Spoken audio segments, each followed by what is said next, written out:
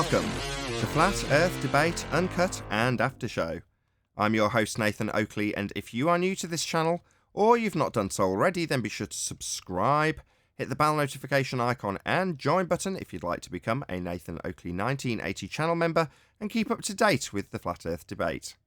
If you would like to support the channel, there is a super chat that runs alongside each of these shows while they premiere, and there's also a PayPal, Patreon and crypto link in the info box below the video. Also below this video you can get £50 for swapping your UK electricity supplier to Octopus Energy.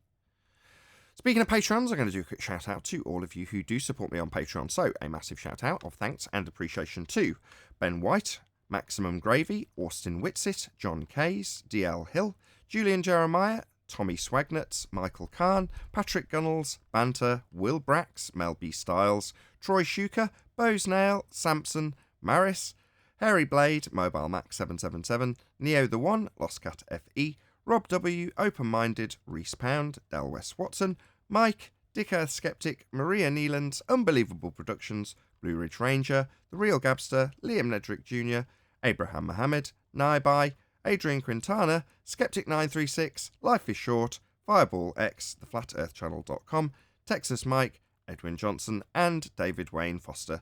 So another massive thank you to all of you for supporting me on Patreon. Now I will hand over to whoever is in Discord and Google so you can enjoy their conversation while I set up for today's live show. That's why it's amazing America's even thinking about it.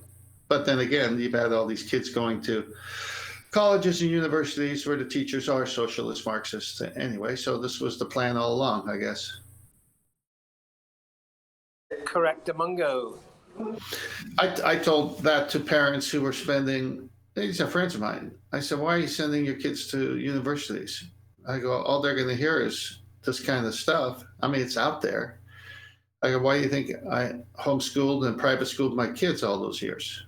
I go, I knew it was starting earlier. I wasn't going to bring in kids into the world and then say, let the national education system teach them everything when I can't trust them anymore when I saw what was being taught in schools. So, you know, all that money that I spend on private education after paying taxes for public education, and every house you buy, you have to pay school tax and all kinds of stuff. And you're spending $15,000 per student a year, and they can't even read, write, or do arithmetic. That's a broken system, but they sure do know about socialism.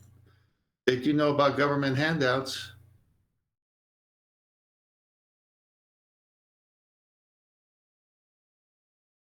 Yeah, and this one wears a skirt saying tax the rich. Meanwhile, she's at a freaking dinner that costs $35,000 a plate. That's the irony. A few at the top get paid to make everyone slaves, and the people don't realize they're slaves until it's too late. It's promises of handouts. That's it. It's just, we're going to make everything fair. Rather than you working for something and fighting and building character and, you know, getting what you should get because you put in the time and effort, you want someone to help you out so you can supposedly have a level playing field, but it's anything but a level playing field.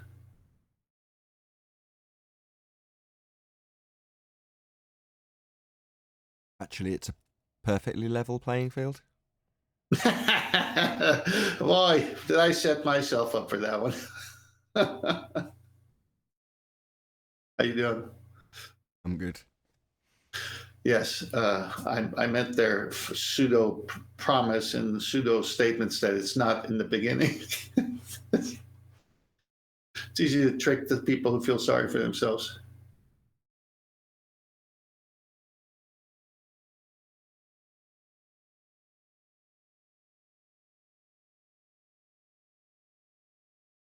So I'm very excited to see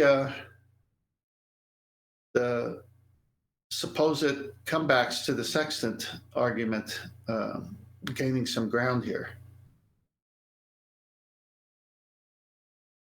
You're not going to get anything. You know that, right? I purposely did not go through the functions of a sextant in detail or become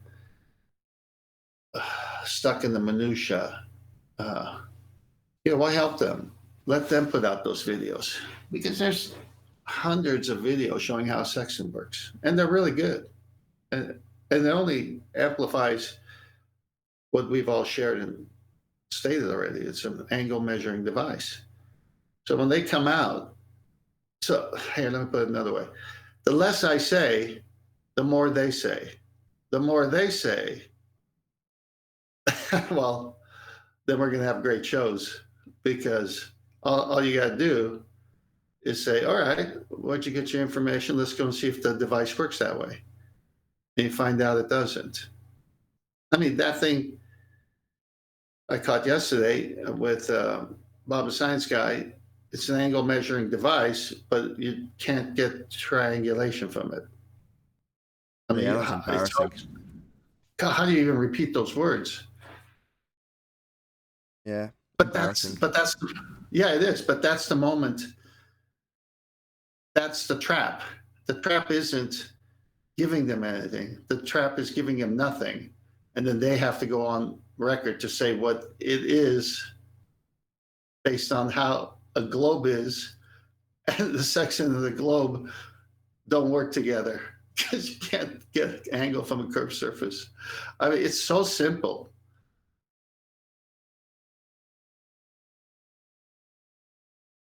It is simple, but it didn't have to be. So, what do you mean? Well, I mean, you're getting a lot of props, and rightly so, because you've taken a very measured approach in explaining what's important. Because obviously, you've just said there's loads of minutiae that you could get into. Well, over the course of the last 12 months, as much as everyone around you, that would be us, has tried to rush you into saying, look, just lay this out. Give us a... Here you go. This will sound familiar. Give us a presentation. When's the presentation coming out? And rather than doing that, you've taken a much more measured approach to it. And I'm grateful for that, because the important bits, you've waited till they've started to resonate with the people around you, then you've expanded on them, so that the point isn't lost. Now, you could have just gone gung-ho straight into it and, where'd you get your angle? And nobody would have realised the significance. I still see people talking about how triangulation is used to get the distance to the sun when they insert R. It's like, okay, well, if people are still pointing out that they insert R, wonderful. Oh, audio chaos ensues. Sorry. Then wonderful. But if they're not saying, where'd you get your straight line in the first place, then they've missed the sextant point. So it's worth slowly drip feeding the audience with this information, so that the weight of the importance of the straight line, the angle, whichever bit you want to focus on, is understood before it's, parroted off in other debates. Because you need to understand the simplicity of it, as you put it. But it isn't. It could really easily, and is being, made into a complicated discussion about how it can transpose after the fact once you've triangulated onto a sphere. But people can get lost in that minutiae and be led into that minutiae by our opponent if they don't just have it completely and thoroughly understood how it works, what it does, what it uses. And I think at this stage, the people who are avid listeners do. They get it, and that's down to you. Well, I appreciate that. It wasn't hard to do it, because I'm reading and I see paradox. I see in one publication it says this, another one says similar, but not exactly. And it was so off from the exact nature of the first one. Like, for example, dip measurement. Now, if you go and you see the unlimited almost amount of information on the dip correction for the sextant, you'll see that the more simpler ones will just say height of the observer's eyes above sea level, and they leave it right there. They don't say any more. And these are real good publications that a sailor would have. Then you run into the other ones that go into the multiple horizons. What? Where did that come in, and what year did that start? And how about the older copies? Did they say it? And so I'm forcing people to go and do that research so they can see what I saw. Wait a minute, how can this is not consistent? Because if 2 and 2 at this school is 4, and 2 and 2 at this different school is 6, one of the schools is wrong, or both of them are wrong, and we still need to find out what 2 and 2 is. So it all drives them back. Once the frustration of seeing that, well, what is it? I mean, do we have more than one horizon? Is dip correction the difference between 3 or 4 horizons, or is it just the height above sea level? Well, what's the sextant? Well, it's an angle measuring device. Oh, what kind of angle does it take? Well, the star's GP, TU, a radius, a straight line. Oh, so that bottom line's got to be flat.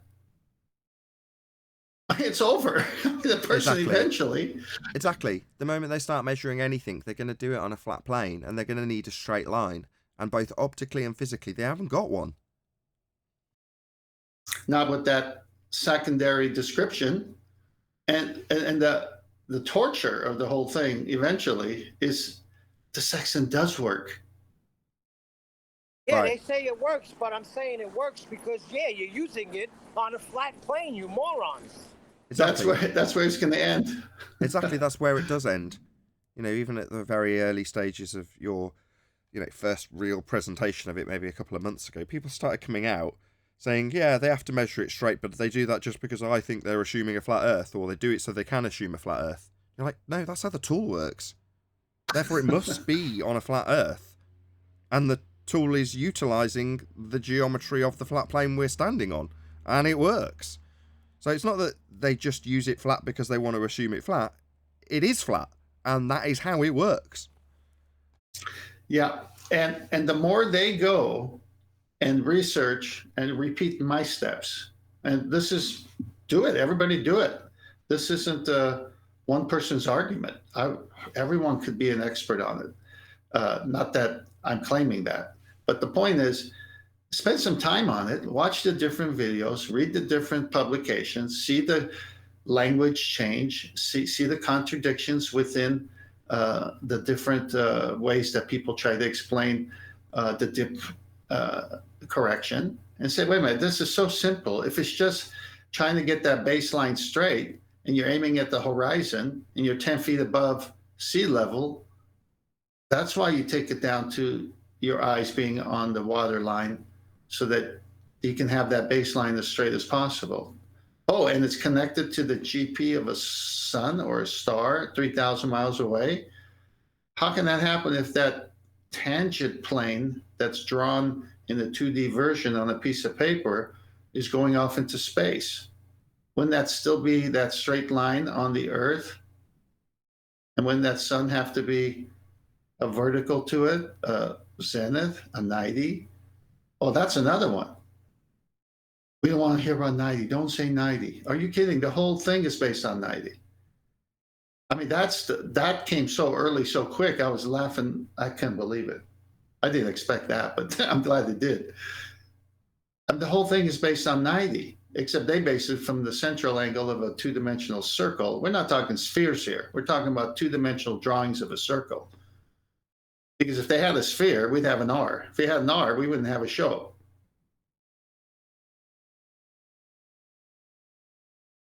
Right. This is all going to lead them back to the black swan. And it was nice when it happened.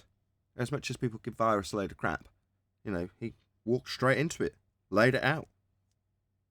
Yeah, I just assumed the horizon's straight, flat, out in front of me, so I can measure 90 degrees to it with a flat line to it. It's all good. Right. What about a black swan rebuttal? My head hurts. That was such a good show. That was great. Yeah, there's no getting around it. A right angle carpenter's tool, a protractor, 90 degrees, angle measurements. They're so dead if they want to take on the sextant and do their doublespeak. As we're seeing, they're so embarrassing to listen to them talk. Simple. Can you get an angle from a curved surface? Can you create a corner with a vertex where you are if the bottom line of that triangle is curving away? Impossible. It's such a good tight argument if you just keep it as to what the tool is used for. Now, you could say the tool doesn't work and it's never worked and we should discard it, but they can't say that because they got hundreds of years of proof it does work, and it works with a bottom baseline to the GP of the star. It's so good.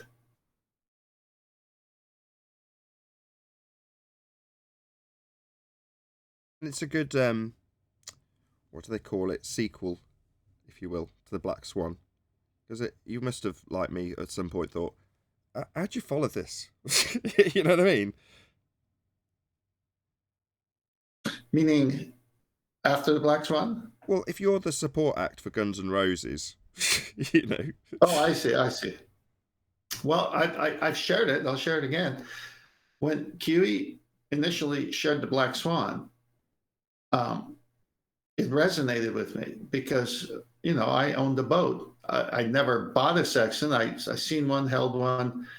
I had GPS and all that fancy instrument on my boat. And plus, I was only going to Catalina and down south and north a bit. And the coastline was always in sight. So it was no big deal.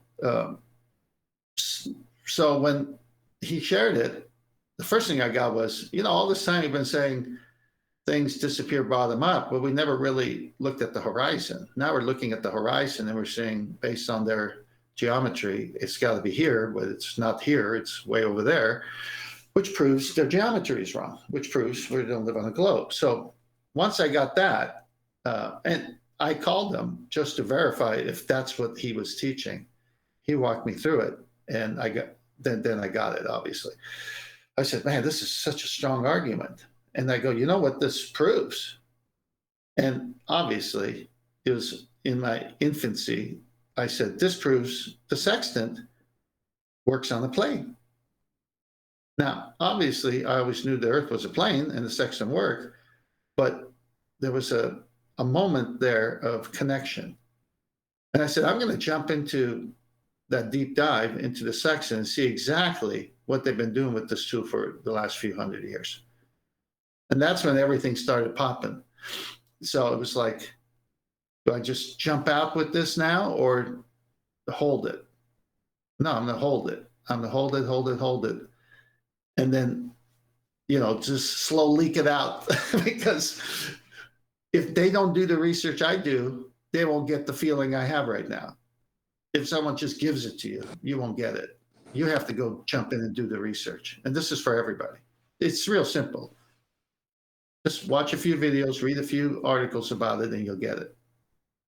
You'll see the contradictions. You'll see the ballers put in their multiple horizons. You'll see the central angle from this. And you say, wait a minute, what is that? What's that line going through my head, through my feet, to the middle of a circle drawn on a piece of paper? Is that representation actually reality?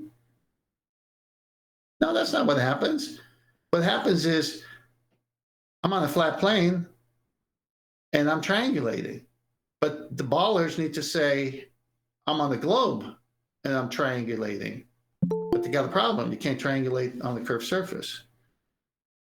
And things will start happening. Your brain will start working and saying, something's off here, something's wrong. You can't say this and come up with that. And you find the answer instead of someone feeding to you. Hey, can I ask Nathan a quick question? Yeah. On a different subject with the Coriolis? Sure. Could it be, I was just thinking, I mean, a roundabout, it's very small, a roundabout, even if you had a big one. Could it be that we see a deflection on something small like that, but maybe because, I don't know, what am I trying to say? That the Earth is it's big, right? Yeah. So how would we, but we're still supposed to see that 15 degree an hour thing, right? Yeah, 15 degrees of it an hour, yeah. So it doesn't make a difference. So we're supposed to see it, Neil. The bottom line is, you're saying, as a anti-flat earther, how do I get around not seeing it? Well, Earth's very big, therefore the effect's not like you're spinning once every 3 or 4 seconds on a roundabout, which would be a massive induction of the effect. Well, in fact, you're only turning at 15 degrees an hour. Yeah, that's right. So we'd see the effect to the tune of 15 degrees an hour then, wouldn't we, Neil? Yeah, I was just thinking, I was saying maybe it's because, we could see it demonstrate on something small, but not something big. But you can't get around that 15 degree an hour. It's true. Yeah, we need to see 15 degrees an hour to make their claim true. They claim on the globe we see 15 degrees an hour drift as Earth rotates underneath things that are not attached and moving through or in the inertial reference frame as per their claim. That would make Earth a non-inertial turning reference frame, turning beneath an inertial reference frame, and the induced effect is 15 degrees an hour drift as you turn beneath. We don't see that effect. There's no excuse. There's no, well, we don't see it because. It's like, we should see that effect. You're saying we'll see that effect. You claim we see that effect. You give us examples with bullets and footballs that the effect is in effect. Therefore, we expect to see it. Not expect to be told why we won't expect to see it when you're telling us that we will. Then you got Akuma virus saying that you won't see it on a hot air balloon. I mean, what excludes a hot air balloon? Nothing excludes it. It just doesn't happen. So he says we won't see it in a hot air balloon. Citation, please. Well, he won't get one. He told us to get the citation, which Chocolate read out, and had it very specifically detailing anything that's not attached to Earth will drift at 15 degrees an hour because you've got Earth turning underneath it. Well, that doesn't exclude hot air balloons. It includes them, but it doesn't happen. So they have an effect that we're supposed to see in everyday life, and we don't see it. Yeah, that's a done deal. He thought he was going to get over because it had moving over a distance.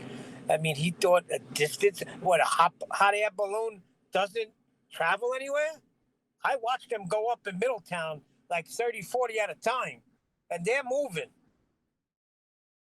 Yeah, bottom line, if it's not attached, then it will rotate underneath if it's rotating. That is their claim. Well, we're going to need to see that claim actually happen. That would be things turning underneath objects not attached to a spinning Earth at 15 degrees an hour. If we don't see that effect, we don't have that effect. What I don't then expect from Mr. Anti-Flat Earther is a string of excuses why we don't see the effect they're claiming proves Earth spins. If it's supposed to prove Earth spins, I want to see the effect, not have a string of excuses why it's not happening. And it would happen on anything. The key word there was anything that leaves the Earth. Yeah. If you jump up and down, Earth would rotate underneath you at 15 degrees an hour. A drone that leaves the surface is no longer attached to the spinning reference frame, therefore would drift at whatever rate you're turning beneath it. You'll see the thing drifting away from you because you're turning beneath it. Now, without using the word Earth in there, I lay a nice little trap for any fundy that comes along, because I start detailing the Coriolis effect without giving specific reference to what I'm detailing it on. And when they say we won't see that effect, I go, so on a roundabout, I let go of my balloon, and while I'm spinning beneath it, it doesn't seem to go in a curved path. Of course it does. And they go, yeah. I go, so the hot air balloon will have a curved path because we're turning beneath it? No. So we don't have Coriolis, is the end of the argument. They then go on to give you a string of excuses why we don't see the effect they're claiming proves Earth spins. It doesn't. We don't see the effect. It's not proving Earth spins if we don't see it happen. It's not happening, therefore not proving Earth spins.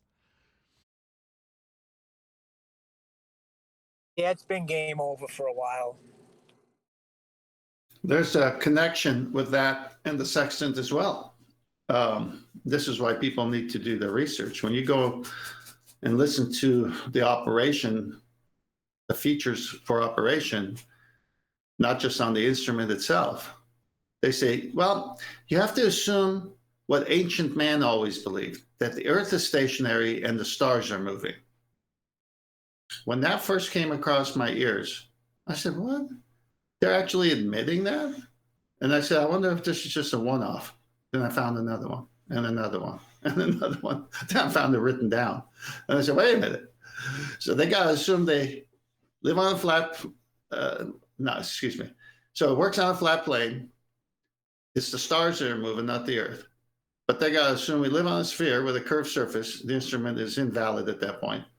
And they got to assume that the Earth is not turning. It's the stars above is turning.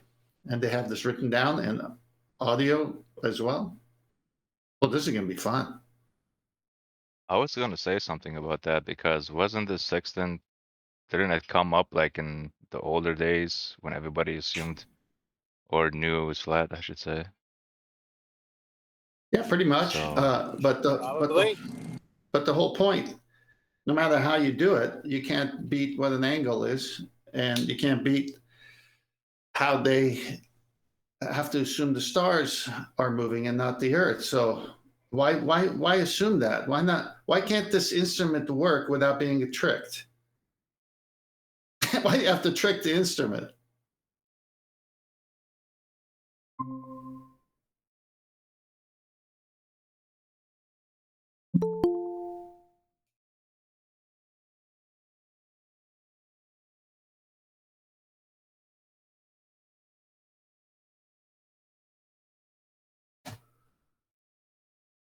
Time to get tea, I guess. Hello. Oh, I Yeah. fell out for a second there. Yeah. I think he's starting the show. I'm gonna grab a cup of tea before the show starts. I'll be back. What's up, Adam? Afternoon, Neil. You all right, pal?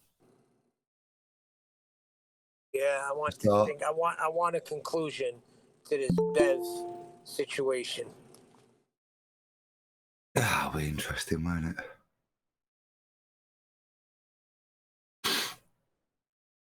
You've all got to get in the war room and do you're going to need half of that recording.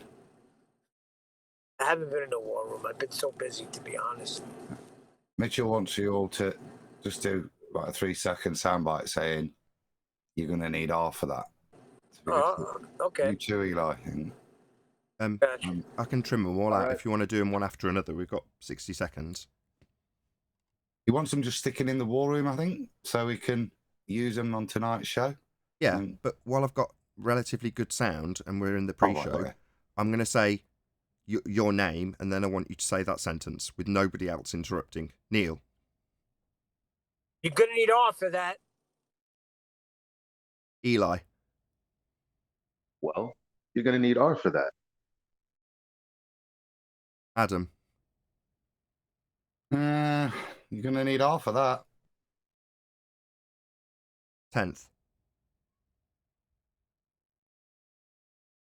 Making coffee.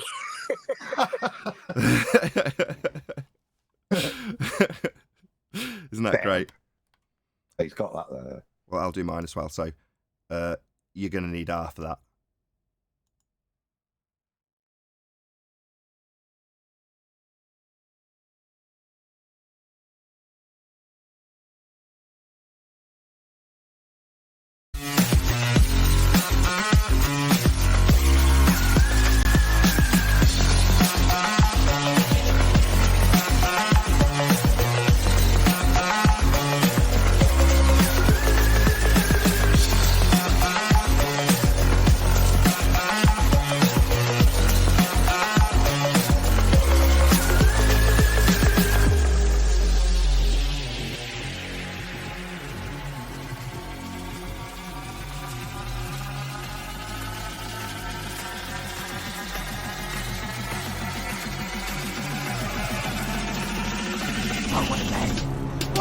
Welcome to Flat Earth Debate Live.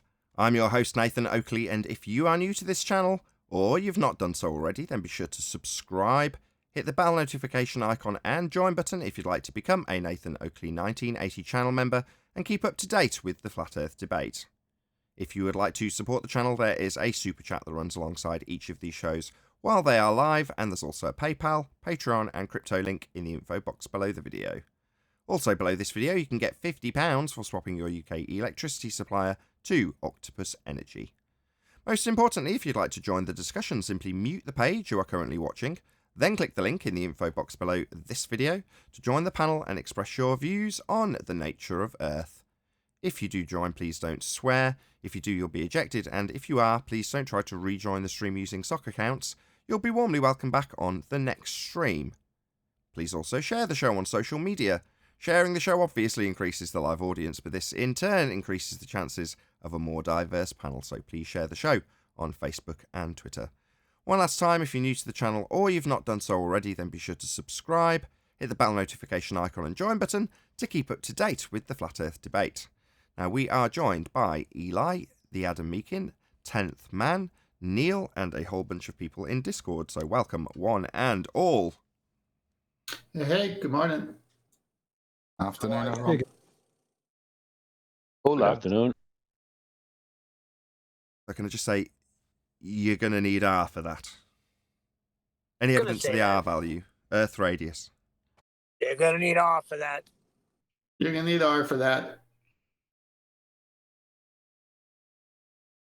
You are, but is there any evidence of it? You're jumping the gun. I've asked it first.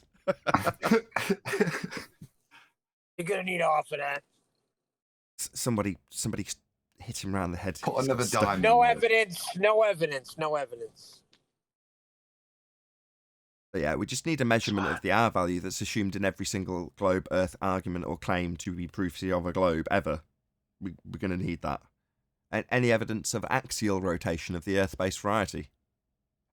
You're gonna need R for that. Well, on that point, as the pre-show was ending, the operation of the sextant, as people do their research, will find out that they want you to assume the Earth is stationary and that the sun and other navigational stars are moving. Now, why would people who are skilled in the sextant have to imagine that the Earth is stationary and it's the sun and the stars that are moving? Why go there? Why that assumption? Does the tool need that assumption before it can work? You tell No, me. because that. You tell us, does the tool need the ground that you're navigating on to be stationary and the stars to be moving in order to work, 10th Man? I'm baiting someone to tell me. It's too early days unless there's somebody in... I don't think there's any fundies in Discord yet, unless the Hammer... Are you a globe-believing fundy, the Hammer? No, sir. Oh, sorry, Ted. No globe-believing fundies for you today. All right, well, should we leave it open and wait till they come, or is it not self-explanatory already? It's not self-explanatory. All right, well, I'll take it from this angle, see if I could tease it out a bit. If the Earth is stationary, then everything that is moving around it, that's the opposite of the heliocentric model. Now the Earth is the center of attention, not the sun. That's an incredible compromise for a tool to work. Any evidence of the distance to the sun? Also, hello, Sleeping Warrior. Hola, but you sound a little bit quiet, Nathan. Am I the only one that is Nathan quiet? No, he's fine. You're a bit Yeah, loud. you're the only one. You're a bit loud, Anthony. What you want? Anthony, you're going to need R for that. It's all good. Any evidence of a physical geometric sphere edge horizon formerly known as the curve of the Earth? Negative. You're going to need that for that. You are going to need R for that, that's right. Shh, he's here now. Stop talking about him. Hey, Arwin. Hello. Hello, Hi, Ian. guys. Oh, the communist. Arwin's not a commie. What? It's I thought you were talking about Sasha. no, it's normally people here in America will sometimes greet others by saying, "Hey, you." With Arwin, it's "Hey, you." I thought I said hello, but Arwinian unit. But that was a good one, axiom rotation. I gotta give you that yeah. one, Arwin. yeah, axiom rotation.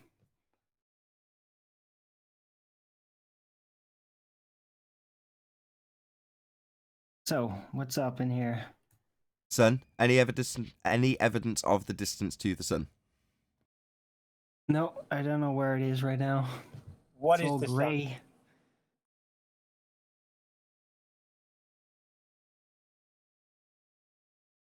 Don't we have to know what it is? That would help. It surely would.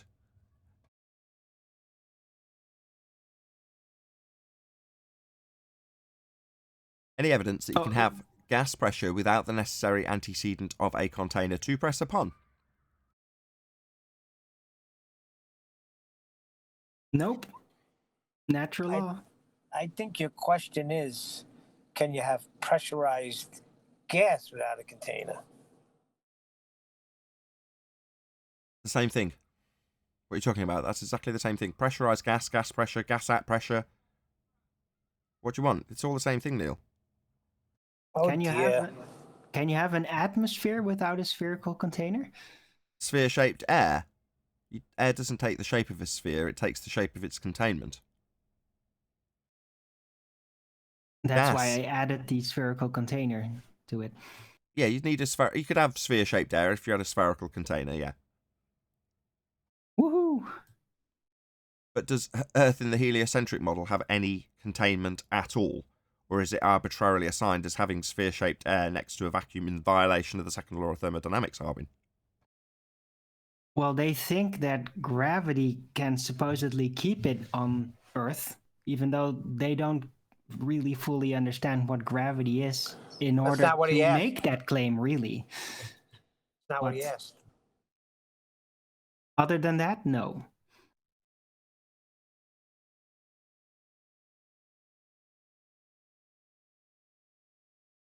Where's Anthony gone? I was just about to ask about gravity, and I looked up and out, and Anthony's disappeared. Sod's law. Any scientific evidence of gravity? It's gravity. I don't know. Which one? Gonna need R for it. You are going to need Yeah. R for Newtonian gravity.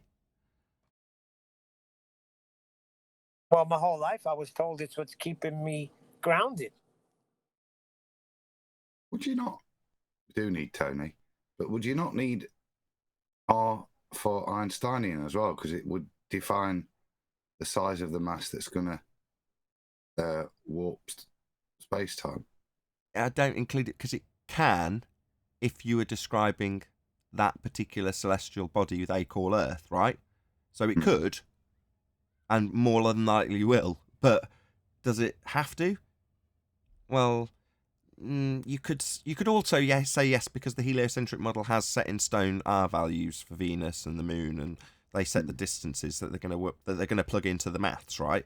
So you arguably could say yes, but you could weaselly also say no. So we're going to go, you're more than likely going to need R for that. You're more than likely going to need R for Einsteinian gravity, yes. But given that there's two different types, it's equivocated often, and whenever referring to the subject at hand, it's going to need R. I'm actually more than happy for anybody to respond to the question of any scientific evidence of R, of gravity, with just, you're going to need R for that. Any scientific evidence of gravity? Gravity? Who's Gravity he? without R?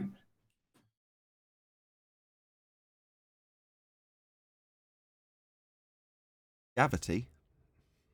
Yeah, gravity without R. I think you just made that up, Arwin. Any single viable hypothesis from any of the fields of astronomy, cosmology, or astrophysics?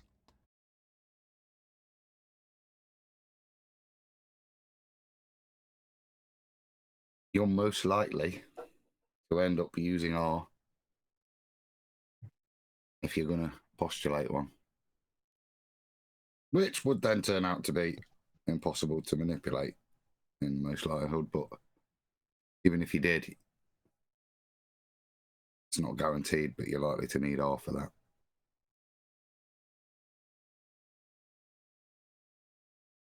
Did we cover everything? The first time in a while. The core of the Earth. Oh yeah, molten iron core. Yeah, Any molten iron evidence? core. Yeah, molten iron core. Anybody? Not even No close. evidence. Hey, chocolate. But it must be because they use it for the sextant, right? They take their measurements from the center of the Earth. No, they don't. Therefore, Let's clear that up. Let's clear that up straight away. 10th. Right. There's a few of our opponents that are showing sextants being used in diagrammatic format, Muppet vision, with lines assumed to be parallel from starlight and measurements to the centre of a presupposed spherical Earth. Is that how the sextant is used? No. Did you hear that, That's Neil? not how the Everyone else, just 10th. The car needs work. King, whatever you're called. King, can you hear us? King Dregs? King Dregs. Yes, you are on a live show. Hello, King Dregs? Clearly, somebody else has taken charge and server muted him. Hello, King Dregs? My God. I'll join a live show, open my mic, and have a conversation with whoever's in the room with me and ignore the host completely. Why even be Sometimes here? you can't avoid the dregs of society. Why even be here? You know what I mean? What are you doing in my live stream? chocolate comes into a pun. Hey, Choco. That would have been so funny if his name was actually Dregs and not Deegs. Can't see it. It's in grey. It's too far. It's on a 4K monitor. It's tiny for me. I can never read anybody's name in Discord. I get it wrong most of the time. It's just because it's so far away and so small. Can't stand You're it. colorblind. Can't stand it when you're having fun and trying to take a dig at somebody. Because it got a mention. I'm going to show the audience what I see. So that's how it looks for me. It's just like just a big mess of stuff that you can't see. So that's how it's looking for me. All right, back to the question for 10th. But the question was about whether or not the presupposed angles that they will describe coming in parallel from starlight, and then the adjustment made to the centre of a presupposed spherical Earth with a zenith and a 90-degree angle brought up to the surface of wherever you're measuring from. Is any of that actually done when using a sextant 10th? No, it's not done. That's a simple and quick answer. The explanation is very simple. We don't live on a sphere with a curved surface, or a sextant cannot work, because that baseline has to be a straight radius from the GP of the star to the observer holding the instrument. And the only thing they want you to do is make sure that your sextant is properly calibrated. And that goes not just for the index arm to be set at 0. Notice 0. And also the two mirrors have to be calibrated. So you have to put that to the test when you first buy it. And there's videos showing how to calibrate the mirrors so that everything is lined properly to get an angle. Once the section is properly calibrated, then you use it. And when you use it, they tell you to make sure to minus height above sea level, so that you can get on the surface of the water, even though you're 10 feet, 15 feet above the water when you're doing it, you have to minus that. It's always a minus, they say. Why? Because you need that bottom baseline to be straight, because that is the radius from the GP of the star or sun that you're shooting to your location. It's triangulation. So no, it can't be done on a curved surface. The reason you see all the illustrations going to the center of the circle, not a sphere, but a circle, is Muppet vision. They need a corresponding angle. They know sextant can't work off a curved surface, so they need to find a vertex somewhere. And they can find it if you draw a circle and put a dot in the middle and have the two lines come there. And that creates a corner and a vertex. But that's not what's happening. We all know no one is taking the sighting from the center of anywhere. You're taking from the surface of the Earth you live on. Yeah, that was a funny cartoon that clown drew. Lines going to the center of the Earth. Like, come on, bro. Who are you trying to fool with this nonsense? Like, Well, show me somebody who's actually used a sextant that actually used that method. You know what I mean? Like, come on. Well, that alone can't even work. You need sunlight to come in parallel. Hold on. 10th. Can you just rephrase what you've just said, Chocolate, and throw it out there as a demand or a respectful request, whichever you choose? Yeah, the diagram with lines connecting at the center of the Earth. I mean, where's the person that's used the sextant and used it in that manner with those measurements and like who has done that? I'll just paraphrase what Chocolate's saying. We'd like to see a practical application of the mess that they show us in Muppet Vision when they say a sextant's being used on a sphere after transposing actual real-life triangulation onto a sphere after the fact, when assuming R. Now, what Chocolate's saying is, give us a practical demonstration of that being used with that methodology to find a location with the sextant, when in reality it just uses triangulation on a flat plane. Yeah, I've heard that been described with surveying, that they say when they hang the plumb line, that they somehow record some deviation in the plumb line, and then they can mathematically assume or continue that line down toward the center. So it's like a tiny little blip on the surface. We can presume then that it cuts all the way down to the center if those plumb lines are converging or angled or diverging outward. Then they would come back towards. I've only ever heard it about surveying. I've never heard it being talked about from a sextant perspective. Well, by geometric terminology, all plumb lines are plumb and they're all parallel. That's one of their defining features. But because they assume the ground, which is level and flat, is actually curving, they assume that plumb no longer means plumb and means converging at the centre of a presupposed spherical Earth. They also assume that you can't achieve level. You know, I had Judge Netanyuk, I'm sure I mentioned this yesterday, on Bev's show, detailing how even if you've got a bubble level and you lay it on the ground, in technical terms, it's only level at one single point, directly below the zenith point, in other words, where you hang a plumb bob. So a level's only useful for a single point. It's like, no, its defining feature is giving you horizontal across a length between 2 points. But according to Globers, you don't have that on a sphere.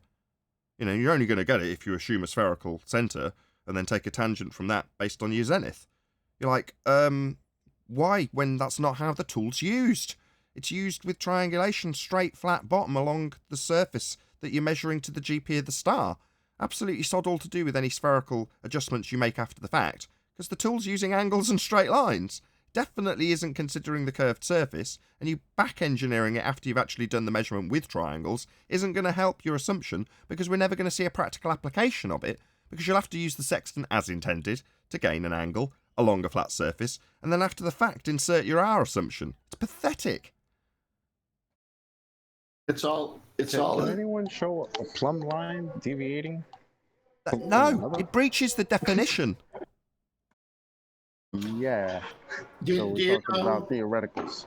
Great. Do you know why they rock the sextant when they bring the index arm down and bring that image of the sun to the horizon, and they rock it from left to right and put the lower limb of the sun right where it could barely touch the horizon, where the sky seems to meet the earth or the sea? Do you know why they do that? Because your eyesight forms a perfect horizontal. They do that because when you do the rocking motion, you're able to take the reading right where you best see the vertical. What? The zenith of that sun. Oh, the vertical of the sun that you're measuring. I was going to say, how can you see your own zenith? Yeah, the vertical of the sun. So you go left to right, and you say, okay, right there it's touching, right there, and then whoever's next to you mark, and then you look at it and take the degrees, minutes, and time. So because it's got to be vertical, or else it's going to read off a little bit. This is how precise this tool is. Right. And it's parallel with all the other stars that you'll measure for triangulation. It might be 2 if you happen to get luckily enough for the 2 converging circles to be over land when you're at sea. Therefore, you don't need a third. But if you're not, you've got to make 3 measurements, and each has got a 90-degree out from your position. So imagine a little star shape like a Mercedes-Benz star lying flat on the ground. And along one of the spikes, you've got a star at the end of it on the ground. Now, at the end of that spike, in that circle, that star is going to have 90 degrees coming down from its position in the sky to the ground for you to make the triangulation measurement. Now, as you rotate on that star shape and point towards a different star, you're going to do the exact same thing. In other words, that's going to have 90 degrees to it, its GP being the position below it in the sky and the angle you're measuring to it with a straight flat line to it. So now you've got two positions, both of which are parallel with each other. Those lines dropping down from the sky to meet at 90 degrees on the surface of the ground you're standing on, flat and level, are parallel with each other. They must be for this to work. It stops working, it ceases to work the moment it's taking place on a curved surface, because they won't be parallel anymore. But every one of those triangles has, and must have, a straight line from the star to the ground, and they must all be parallel with one another. Ergo, the Earth is flat. Can I elaborate on that? Sure.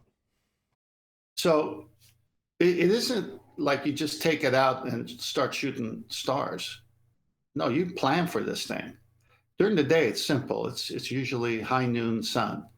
Okay, or if you're going to do several sightings of the sun, you wait a couple of hours and then do a second and back engineer to where you were to figure it out. And they have videos on that. But when it's twilight, and you could still see the horizon, because it's very important to see that horizon, these people who do this already know what stars they're going to look at. So they'll pick 6, 7, or 8 stars. They'll have it written down. They go to the deck of the boat that they're on. They know exactly, I mean, they've got the map of the sky. They've got their planisphere kind of a deal going where they know exactly where it is, what direction to start sighting, because, hey, the sun's going down. We're going to lose sight of that horizon. It's going to get pitch dark, unless it's a full moon, of course. All right, so here's the point. It might be cloudy, and you can't see that one star you want to use. And they want you to have the stars at least 45 degrees apart. They don't want you to shoot 3 stars that are real close by. So you're aiming to the right, you're aiming forward, you're aiming backwards off the deck of the boat. So you may have 5 or 6 stars that you want to shoot, but you actually only do 3 because of clouds or whatever the case. And that's how they do it. It isn't like you just take it out and start shooting. It's planned event. and you got to get the degrees and time right. Can I ask, so do they have a I guess, I don't know, maybe based on where, well, I guess the whole point is to find your location, right? But do they have a certain amount of stars that they go with? Like, yes. Yes. Yes. Right. And they have this mapped out in like the Almanacs and shit like that, right? Well, there's 2 almanacs. There's the nautical almanac and there's the air almanac. Most sailors use the air almanac because it's a condensed version and it uses 64 navigational stars. The nautical almanac, don't hold me to it, I think it's 184 stars. But it's too many, and the sailors don't want to carry that many volumes, on the boat. So what would be, I don't know, let's say the max distance that they would allow in the use of the sextant based on the stars in the almanac? Anything above 15 degrees up to 90, and anything you can see in your background, and anything you could see in the night sky that you've identified already for where you are longitude, latitude wise. So you already know what stars you're going to see that night. You're going to go pick 5 or 6 you're going to sight before the sun goes down. So you have a clear view of the horizon. Very important to do. And then you shoot those, and then you might only get 3. And you triangulate where you are to that, because one circle of equal altitude is not triangulation. It's you're somewhere on the circle. We can say that. A second sighting will have that circle cross another circle, Now you're possibly at 2 points. Now you're starting to triangulate, but you need a third one to be precise. And where all three cross, now you're certain that's where you are or within that vicinity. Right. Did you mean? But aren't there supposed to be a how far- septillion? Hold on. Chocolate's say got to there's a confirm he's. septillion Hold on. planets. Chocolate's got to confirm that he's understood. Then Adam. Then Solar. No, I get it. It's cool. I was just thinking about like the distances. Like, if you're on, you're on the water, you're on a boat, and you're looking at what's the furthest star? Because I mean, if it's something like, I mean, if they've got it all mapped out and it's like 2,000 miles away, and obviously you're using a sextant, so you need a right angle to that GP, right? Well, if it's 2,000 miles away, don't we have 8 inches miles squared of curvature that we have to negotiate for? That's a low. That's a lot of. That's That's a lot of what I curvature. did, Chocolate, was address that. So I think 10th said nothing lower than 15 degrees. So if we took that as our extremity, 15 degrees, 90 minus 15 is 75. And then if you just apply roughly the 1 degree for every 69 miles, that means that star GP is 5,175 miles away. On the one extreme of the edge. Hold on. On the one extreme of that edge, right? Yeah. Right. So then, for in the other direction potentially, although it might not necessarily work out with these 60 however many stars, but potentially just above the 15 degrees mark on the other horizon, you could do the exact same thing with a different star and get 2 enormous circles of equal altitude. You know, we're talking hundreds of thousands of square kilometers. Chocolate, potentially. And that was my focus, because I'm sitting here thinking, well, if that's being used and it's in flat plane, these stars are supposedly curving down away from us, but you're using a sextant, which you need a right angle, you need a baseline, right? So how the hell far are these stars that they're saying are has a complete vertical down to the ground, right? Because they've mapped it out. Right, so it's the vertical line down to the ground to the GP, and like it's just Well, crazy, Chocolate. man. The Chocolate. distances. I'm trying to get the distances wrapped around in my head. Chocolate. It's Just remember what Adam just said. That's the radius to you, but a guy on the that's the same radius to the guy on the other side of the circle who's doing it at the same time. So it's over 10,000 miles of flat. Yep. If we Just put everybody. Just let Sorry. me just give you the other numbers. Adam and first, then Solar, then Eli. Adam, go ahead. If we go the other way and say let's only deal with 15 degrees off our zenith, so we measure it off the sextant, it's at 75. So we're only dealing with the star being 15 degrees away from our zenith. That you think, oh, that won't be that far. That star still works on those maths at 1,035 miles away. It's huge. Just 15 degrees away from your zenith. Right, Solar's been waiting in the wings to get a word in. Go ahead, Solar. Thanks. I was just going to say that the model states that there's a septillion stars. So the almanac should be almost infinite. Sorry, there's an echo. It potentially could be. It's just been, as 10th Man said earlier, you know, there's maybe a couple of hundred stars, but then you've got to know all of the positional information for all of them if you're going to use all of them. So they just use a condensed version there. But potentially, yeah, you're right. You could potentially have all of them, but they're presumably going to pick nice bright ones that are easy to spot. So, yeah and no. Well, you're limited to what's in the book. You're limited. Is it solar I'm talking to? Yeah, flat Earth solar. Oh, yeah. You're limited to which book you're going to. If you're going to the Air Almanac, they just showed the top 64. That includes the sun. Okay, and if you go to the Nautical Almanac, I believe it's 184. But you don't need them all because you need the most brightest and easiest to find ones because you're at sea and you don't want to be, having a hard time trying to locate a star. Yeah, for me, the 90-degree thing is the absolute nail in the coffin. was arguing in Gem server the other day about, they were saying these plumb lines can deviate, and then they do these calculations, and then they can tell you that the radius is perfect, the 3959 is perfect. But when you look at those plumb lines, like Nathan was explaining earlier, there's a universal level, and the plumb is always 90 to that. So if there's the standard level, then every plumb is parallel because it's always 90 to the universal level. In the same way that in construction, you throw a foundation that's level, and then you build at 90 degrees to that foundation, meaning the walls are always contained within that foundation. So if any star has a 90-degree GP location to some location on the Earth, it's 90 degrees vertical above that, making it can only be a flat base with the stars completely contained within that perimeter.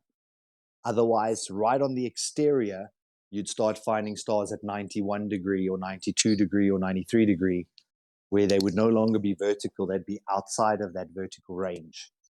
But if every star has a 90-degree GP, it's the same as walls built vertical on top of the foundation. Every wall will be contained within that foundational Good analogy. exterior. Yeah, good analogy. I described it as streamers, like every star having a plumb line dangling down from it, like streamers dangling down from a ceiling with a weight on them, and they're all parallel with one another. Well, I like yours better. So the walls are built on a flat surface, and all of the walls are like this line coming down from the sun in this depiction. They're coming down to meet the ground at 90 degrees in every instance. So if there was a second triangulatable star over here, it would come down to where it says north and meet at 90 degrees. In other words, from your feet to the base where the star is above is flat in all directions for the sextant to work. Because what's the sextant measuring? The angle to the star and your straight line out to the horizon and beyond. So if this was a star as described earlier and it's 15 degrees off the horizon and you've potentially got, 4,000 miles, let's just say for easy numbers, well then your horizon's not going to be at that distance. Your horizon's going to be potentially in this depiction somewhere around here. But you derive your straight flat line from that and it extends out to wherever the star is above on the ground. So you can get your first circle around this star. So all the way around this star, you've got one circle, and all you're trying to do is build up a picture where they cross over. So there could be a third one down here with the star positioned around here-ish, and then its GP being at 90 degrees to that position. And what you're doing is building up a picture where they all cross, so you can figure out where you are. But to do it, you've got to have a flat Earth. It doesn't work without one. Couple of quick shout outs. Yeah, exactly. So just do a quick couple of shout outs. So shout out to Jules Luds, who says they don't have R, they can't use a sextant on a curved ball. Correct. The horizon rises to eye level. All their equations are admittedly not based on empirical science. Meh. Thank you very much indeed for the super chat, Jules Luds. Really appreciate the support. Also shout out to Ben White, who says anti-flat earthers are not showing up here as often as they did before. Without using an argument from silence fallacy, could their silence be a form of acceptance of defeat in FED? I'm going to put that to 10th. Thank you for the super chat, Ben. I'll ask 10th to answer that, as he speculated it on in the past. And also, again, thanks, Jules. Rephrase the question, please. The question is it a sign of defeat when they don't come? Possibly. It could be just, I better make sure before I do come, I don't screw up. But it can be either way, but let them come. The whole point is I want them to come. They can't screw up because I'm looking at their books. See, everyone needs to understand that when they come, they have to go to the books I went to, the videos I watched. There are no flat earth nautical almanacs. There are no flat earth air almanacs. There are no flat earth sextant manuals. All you got to do is read. It can't work on a curved surface. So yeah, we want them to come. Bring it. After Eli, I want to comment on something with solar. Okay, just one sec. Sebastian Tello, thank you very much indeed for the super chats. Thank you, guys. Well, thank you, you guys. Really appreciate your support. Thank you very much indeed. Go ahead, Eli. I was just gonna say to Chocolate's point, yeah, that perimeter, that's the line or the circle. Like potentially you can put a whole bunch of people around it, like Ring Around the Rosie. All of them would have to be 90 degrees from that star. So, yep. That's correct. So what you're saying is if there's a second person over here doing the exact same thing, triangulating, he could be triangulating with a star that's off screen. So you start off with one massive area, maybe, I don't know, 5,000 miles, 6,000 miles in circumference, say. Obviously all flat because you've got 90 degrees to the stars you're triangulating with. But the guy over here is doing the exact same thing. So he's got a massive area of equal altitude. Now, you don't have to extrapolate that out very far before you come to one conclusion, right, Eli? It's all flat. Yep. Yeah, and that's why I asked the question about the distance, because Tough Man the other day was reading the citation about, he reads a lot of citations. There was one in particular that, was obviously describing the sextant and how that vertical point, or that position directly underneath the star has been mapped out like that. And you have to get a 90 degrees from there to your position. Okay, so distance-wise, if you're looking at the furthest star at the horizon, technically, wouldn't that be curving around a ball? Supposedly, if we're on a ball with 8 inches per mile squared of curvature. But then you wouldn't be using a So sextant. to me, that's devastating. Yeah, it's devastating because then you wouldn't be using a sextant anymore, would you? No, you couldn't. That's right. That's why I asked about the distance. Yeah, it's crazy. This is a flat Earth proof and simultaneously globe Earth killer all in one. Now, admittedly, to get around the double speak contradictions that they typically use, we've got the black swan just tucked nicely up our sleeve for when they say, we just look at the horizon and decide that it's straight. Oh, really? So not refracted, not atmo-free, atmo day, or whatever they said it was. No atmo day. So that's what they need to achieve a sextant working. Even then, the ground they're measuring is still curving, even on no atmo day. So they still haven't got a straight line. What are you going to get if you remove all the atmosphere to the horizon? What a nice curve between you and it. Wow, that's useful.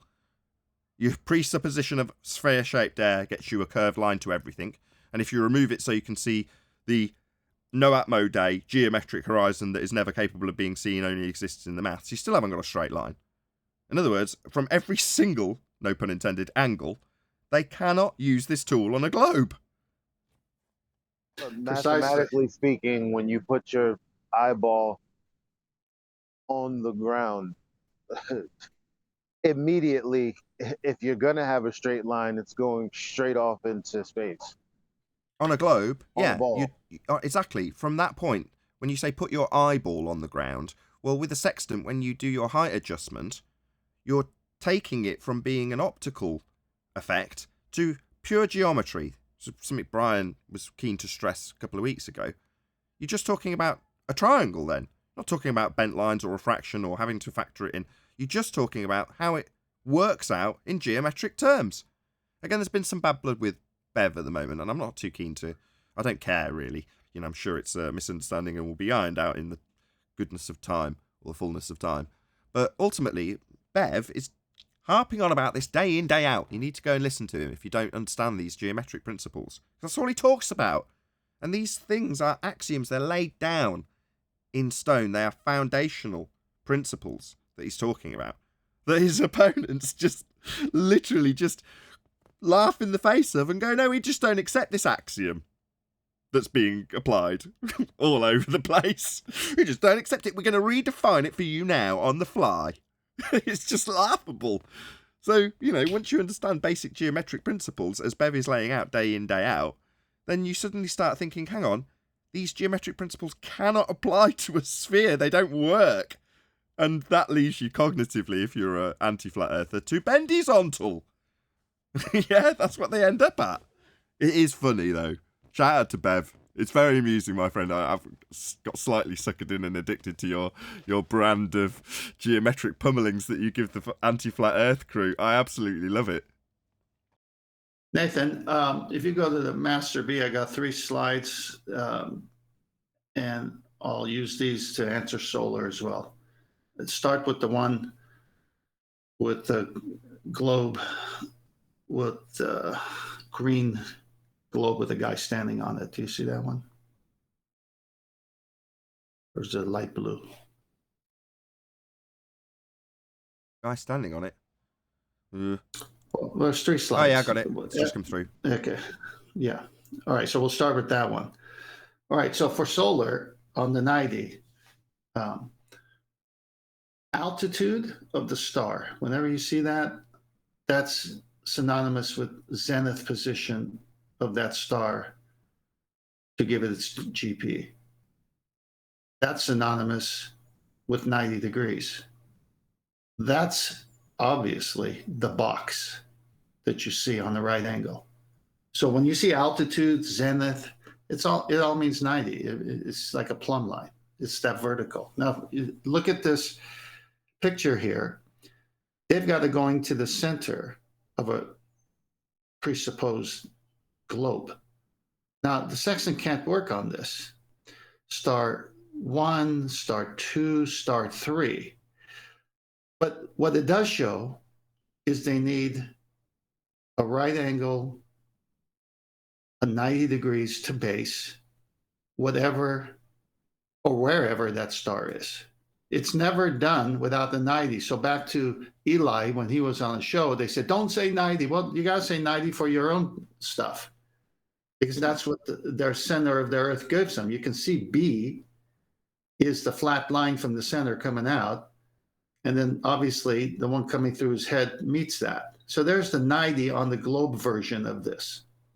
Now, obviously, this is not reality. This never happens.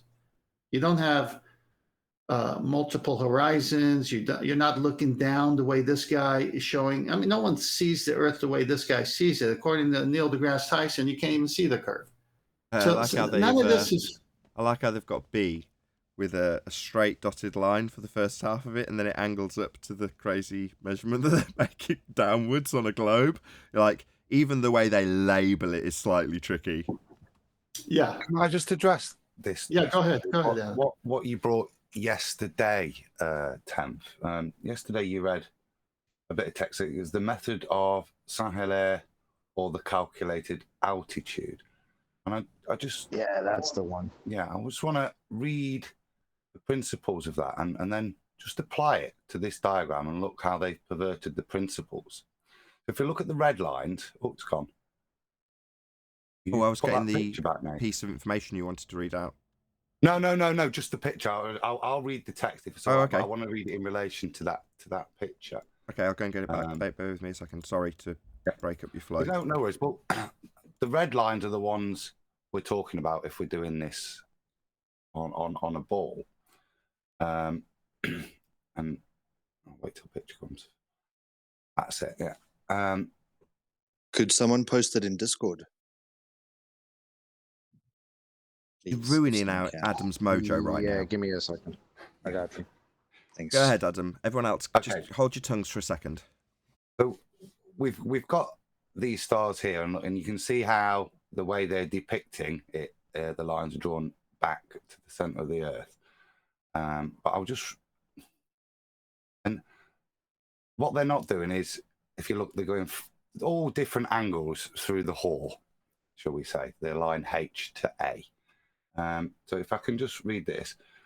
It is also explained in Article 363 that a navigator who has measured the altitude of a celestial body at a known instant of time has really located its geographical position on the circumference of a circle whose radius is equal to the zenith distance of 90 degrees minus the altitude, and whose center is the geographical position of the celestial body, or that point on the Earth's surface which falls vertically under the observed body at the instant of observation. Now, draw vertical lines, the vertical line is going to be down to your horizon line, your HA. So even in their model, as described by Sam Hilaire there, they draw their lines down from their stars. They intersect. Yeah, if you go to star 3 and just go straight down, yeah, you can see where they intersect along the line of A. That's the calculation that's being done. Now, whether they draw their silly lines back to a center of the Earth, that is not what is being stated as happening. Now, the other consequence you can see this is look where it plots the stars. It misses the Earth. There isn't a point where that star intersects with the Earth on the ball. If you draw a vertical line as stated down, it misses it. It goes off into space, look, because it's. I said that one with chocolate with the 75° was 5,000 miles. Well, the radius, their R value, is only 3,500, isn't it? So that star's coming down, even on their model, past the edge of their ball. It goes off into space. It doesn't have any GP on the Earth. Oh, I hadn't thought of that. That's a good point. So did you? That's what I was talking about. Yeah. So if they've only got a given amount of spherical surface area on one plane, forget about the fact that we're talking about a flat plane when we do the measurement, but I'm just talking about the overall area you could look down over the top of a sphere on. So let's just go to this diagram. If you're looking down on the sphere, and it's presumed to be a sphere, this is all you've got to deal with. Well, as per the description earlier, Chocolate was talking about this circle here suddenly going out beyond where a spherical surface would have land. It still works. Exactly.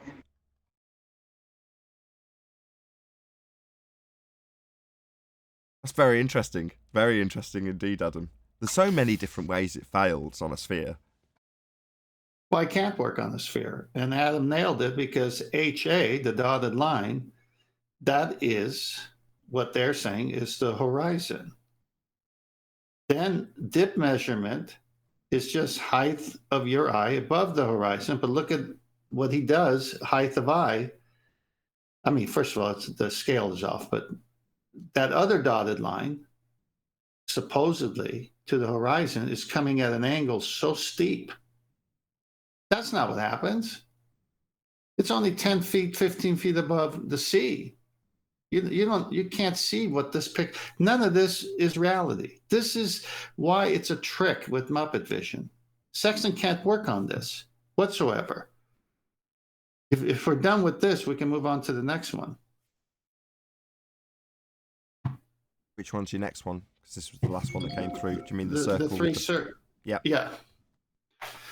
The trouble is that the circle could be huge diameter, and if our position could be anywhere on there, it isn't a particularly accurate fix. With one side, we can obtain a position line, but to get a fix, we need an intersection of two or more lines, as per the diagram above. This can come from two or more different celestial bodies at the same time, or the same body at different times.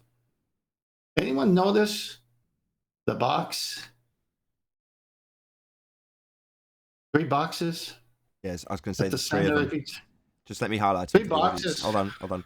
So what 10th is talking about, we've got a bird's eye view, although they've sort of collapsed out the stars to the side so you can see what they're depicting. But the reason we've got a bird's eye view and these are effectively directly below the point where I'm putting my mouse for each of these GPs, it's directly below where my mouse would be if it was depicted correctly in bird's eye view. But it doesn't need to be because we've got these boxes. So these boxes signify a 90-degree angle. So that's going to mean that from this point to where you're triangulating, and from where you're triangulating to this point, and from this point to where you're triangulating and out to this point, are all flat and level. How do you know? Well, you've just had Adam read out the description. So you've got a plumb line from this star to its 90-degree point on the ground, which is parallel, obviously not depicted parallel in this particular picture, to this line. In other words, in reality, on the ground, the line I'm drawing along now with the star on the left to its 90-degree point on the ground flat all the way across to the other star, has a parallel line between the two. So in other words, this line to its GP and this line to its GP are and must be parallel. How do I know? Well, because there's a little box here that tells me they're parallel. That's just how it's depicted, with them all flattened out, squashed, however. It's a weird depiction, this one. But nevertheless, it's got the box on it, so I know damn well that all of these lines are parallel with one another, which they must be, making the Earth flat. I said it earlier. Ergo, Earth must be flat for all of these lines to be parallel, dangling down from a flat ceiling to meet at 90 degrees on the ground. Can only be flat, is measured flat, navigatably flat. Earth's flat. I'm going to read out a super chat as it cost 159 Australian dollars. Wow, thank you very much indeed, Jules Luds, who says, there is no evidence for globe Earth, none, zip, nada, zero, nil, F all, mic drop. Thank you very much indeed. Really appreciate the support. That last statement is when you see the box and you see it going to in any part of the circle, it's circle of equal altitude. So no matter where you are on the circle, let's just say it's 3,000 miles, you're 3,000 miles, that's why they got the box there. So that's the HA on the previous picture. So you can see it doesn't work on their model. But if you go to the last slide, S1, S2, S3, we're going to see the correct view instead of the one that you just previously showed with the blue circle. By measuring the angles to 3 known stars, an observer knows his location. Oh, we see those boxes again, and we see the 3 circles, and we see the 3 stars. Now, if you go back and forth between those 2 pictures, which one does not violate geometry?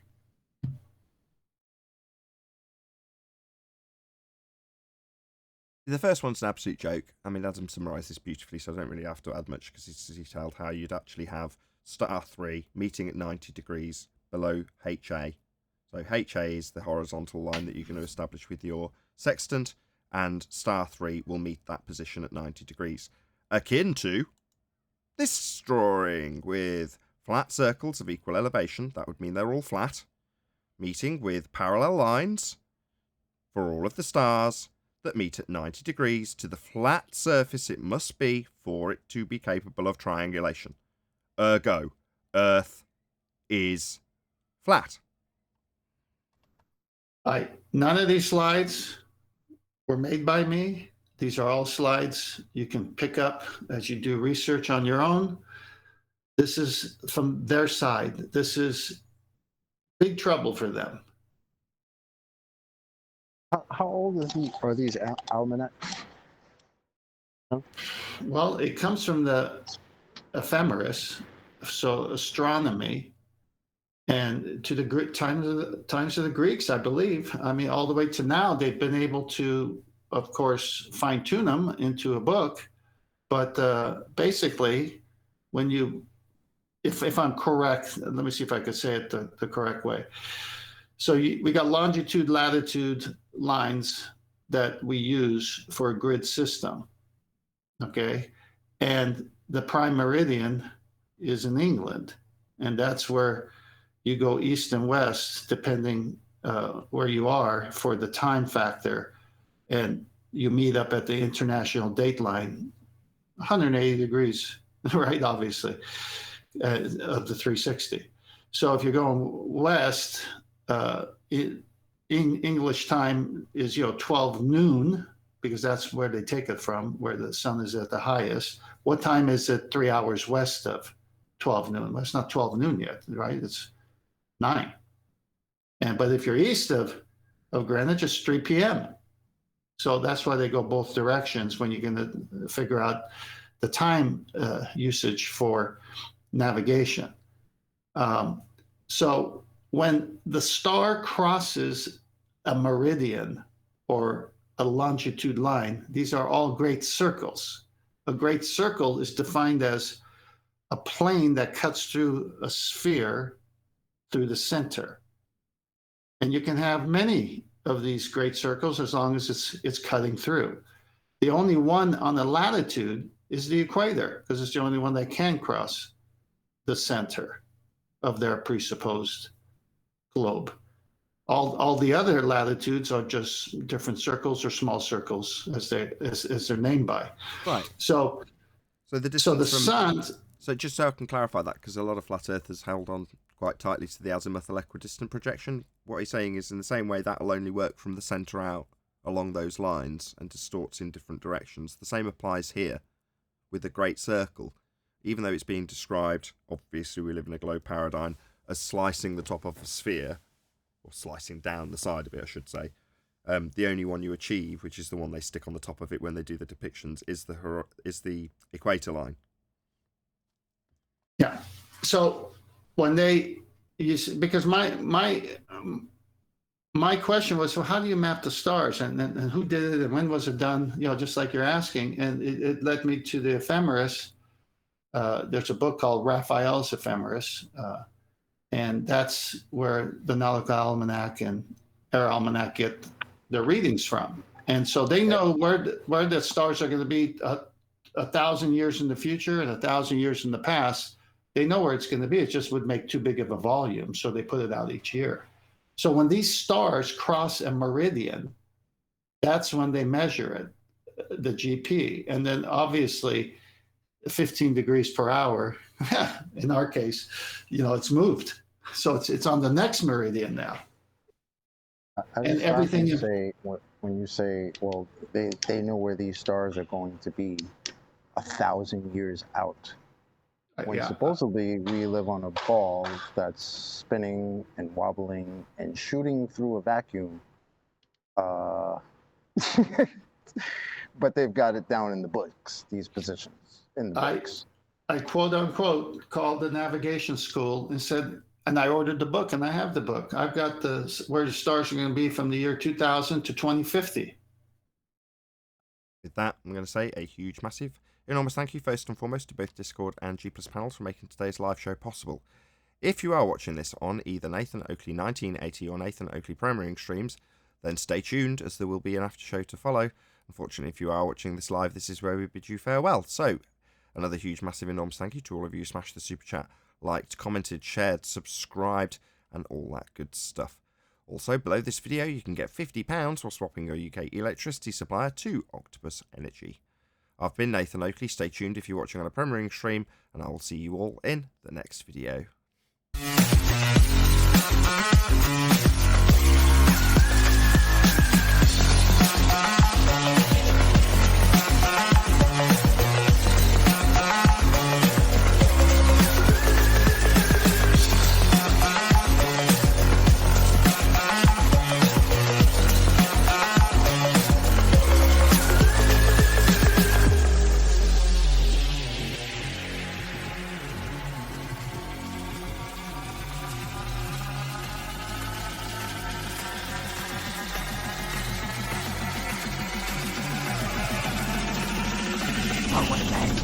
What a lovely day!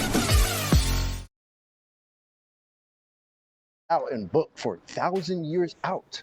Doesn't sound like there's very much movement you guys are anticipating. Yeah, I called. Sounds pretty stationary to me. When I ordered that book, Chocolate, I called the school that was using that book, and it was one of the books I got from their site. And I asked him, how do we know how do we know the GP of each star so far out into the future? He says, no, that's nothing. We know 2,000 years past, 2,000. We know where they're going to be anytime we want to know. It's too big of a volume to put at one time. So it's really interesting how many holes you find out in their model there is when you approach it from these different, ways that you have. Yeah. I have a question about the star charts. And maybe this is just not understanding what you've been saying, but could the stars be in a celestial sphere, or because of the sextant and the mapping of it in that way, that also proves that it's a celestial plane? Seems to be a celestial plane. That's how if you look at the diagram I've still got up on screen of S1, S2, S3 provided by 10th man, supplied by globe-leaving fundies who actually describe the flat plane sextants are used upon. You're measuring up to an angle, and then you're taking that angle down to the ground, which means that the assumption of what you are measuring is along a flat celestial ceiling. Thanks. That must mean that the ground and the sky are parallel. Yes. Yep. You have to work on that premise for this to work. In other words, it's dropping away from your location, and that's how you can acquire the angle above its GP. Because with distance, it's got lower to the ground, but that would mean that it's all being measured along one flat surface, parallel to the ground. That's correct. The official language is. I would love to know what the furthest star from a measured location, what that distance was. I don't know if you know what it stands for. Well, you'd have to do what Adam did and do the math to get through if you're going to shoot it. I mean, people can shoot stars under 15 degrees. That you have to go to a different book, unless the book you have has the tables for the refraction that you have at that level.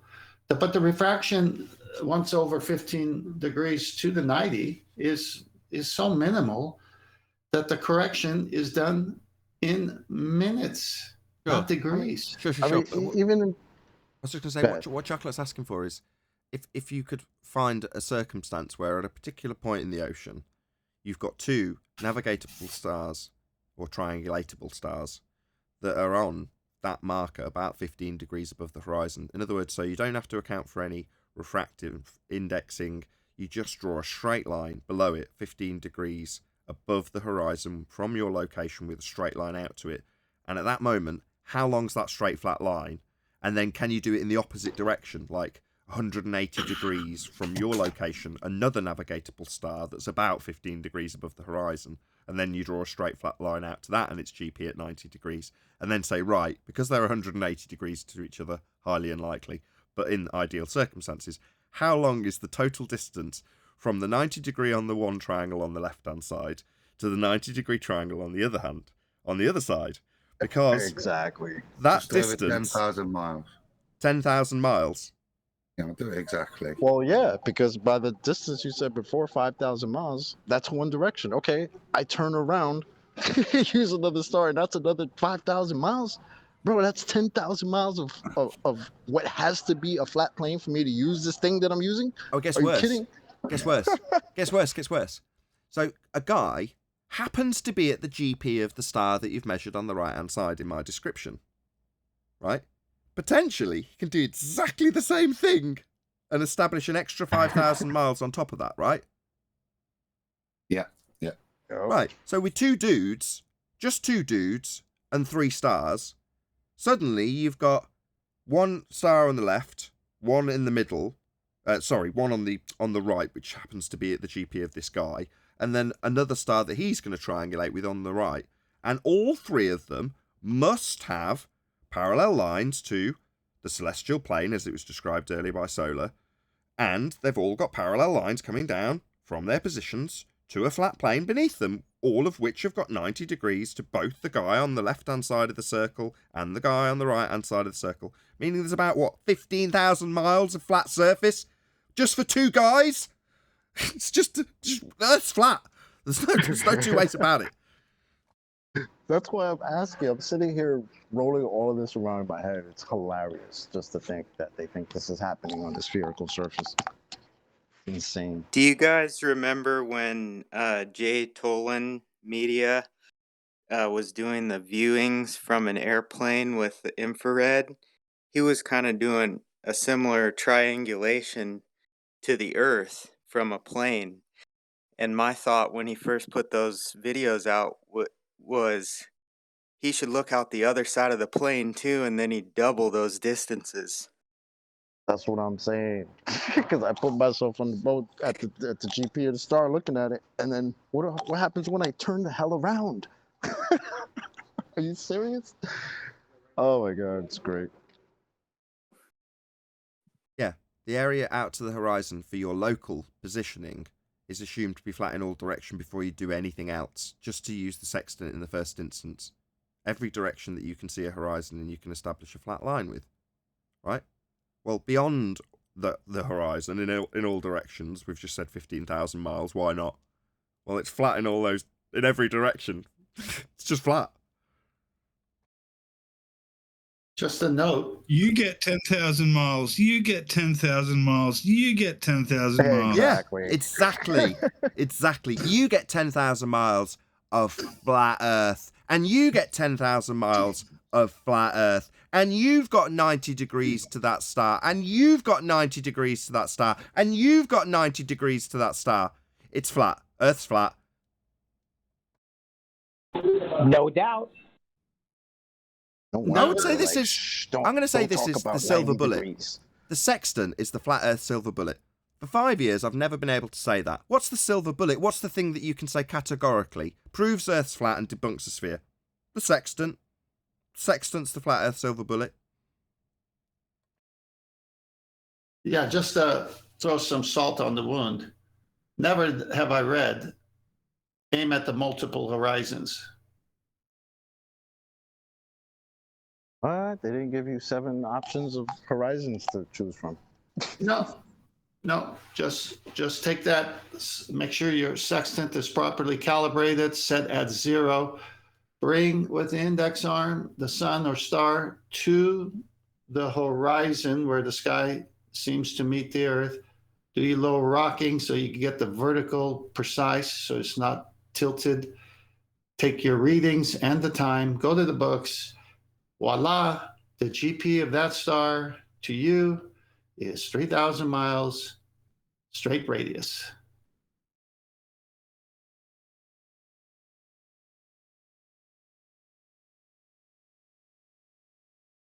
It's an angle measuring device.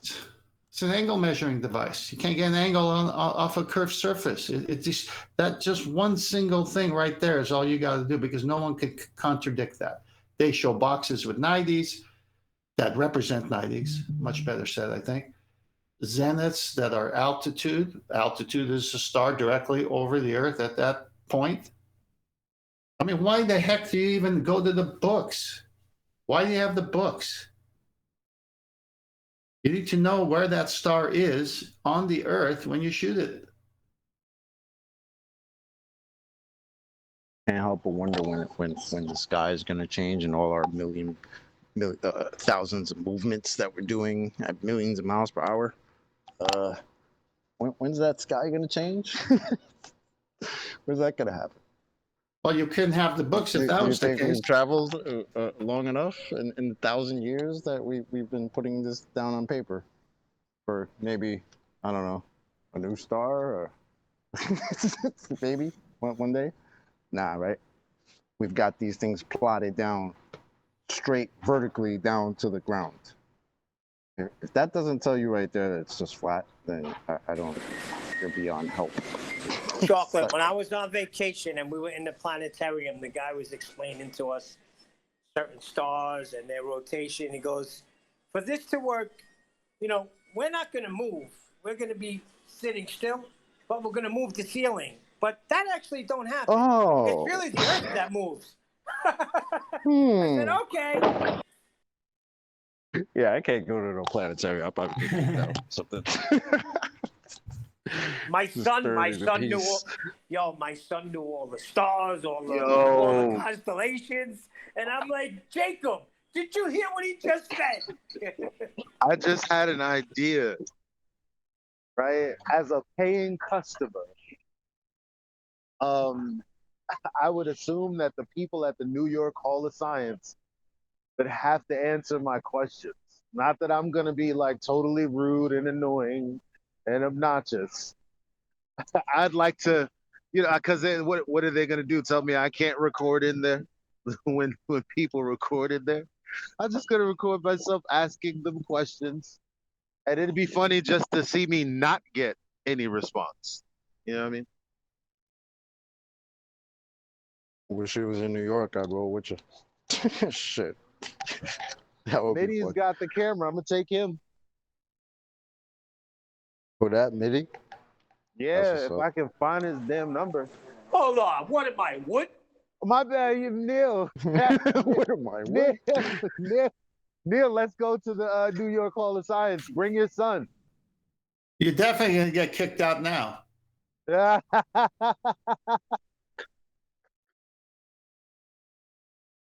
You sure about that? They might tell us now you can't leave.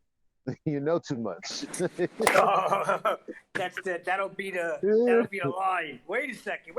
I'm supposed to say that line. They're one of those. Get them. The earth is flat, you say. Now you can't leave. Click. Oh, here's the door lock. Oh. That was the greatest scene in history. I don't care what nobody says. Throw this fucker in the bathroom. It's like 5 guys in the back. Oh, I love that movie.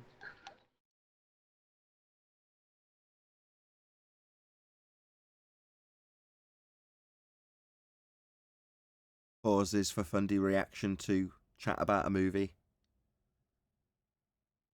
So no one in Discord that's a baller that wants to talk about the subject at hand. Yeah, they're on the chat. Sorry.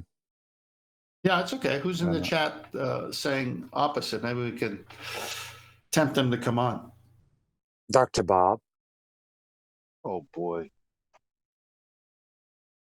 Oh. Can he come on and do his little? Is that Bob the science guy or no? I think it is. Oh, okay. Fallacy guy. I mean, I want him to concisely, make his statements on it. I mean, I still really want that. Anon is saying we have a big brain. Anon. I don't see him in our live chat. It's in the main chat of Discord. Not in after show chat though. He's not in this voice chat. No, he's not here. He was dropping the gaslighting. So. Yeah, it's just a chat skank. So, is there anybody who's in the chat that's obviously, in... I'm not putting this on you, by the way, Roger. You don't have to... Certainly not responsible for this, don't worry too much. But if there are people who are being chat skanks that are part of the voice chat, they're the people who want to engage. In other words, if you're in the voice chat but not chatting by voice but by chat, then, then we want to engage with you. Can I make a shout out? Yeah, of course. I'd like to shout out Dave Weiss's Flat Earth Sun and Moon clock app, specifically because it really, really irks me when I'm in, just a normie space and I'm getting trolled to death by people who say, "Oh, all flat earthers are." And mind you, this is an absolute statement from some, not all, but some people say that all flat earthers are dumb, all flat earthers are uneducated, none of them have been to school beyond, they question even 12th grade. So the reason I'm shouting out Dave Weiss's app is because when you look at the people finder section and you see all of those blue dots, you say to yourself, you know what? F this guy. The guy who's saying that all of those blue dots represent people who are uneducated and haven't thought about this critically. That's ridiculous, right? Well, it's a stereotyping fallacy.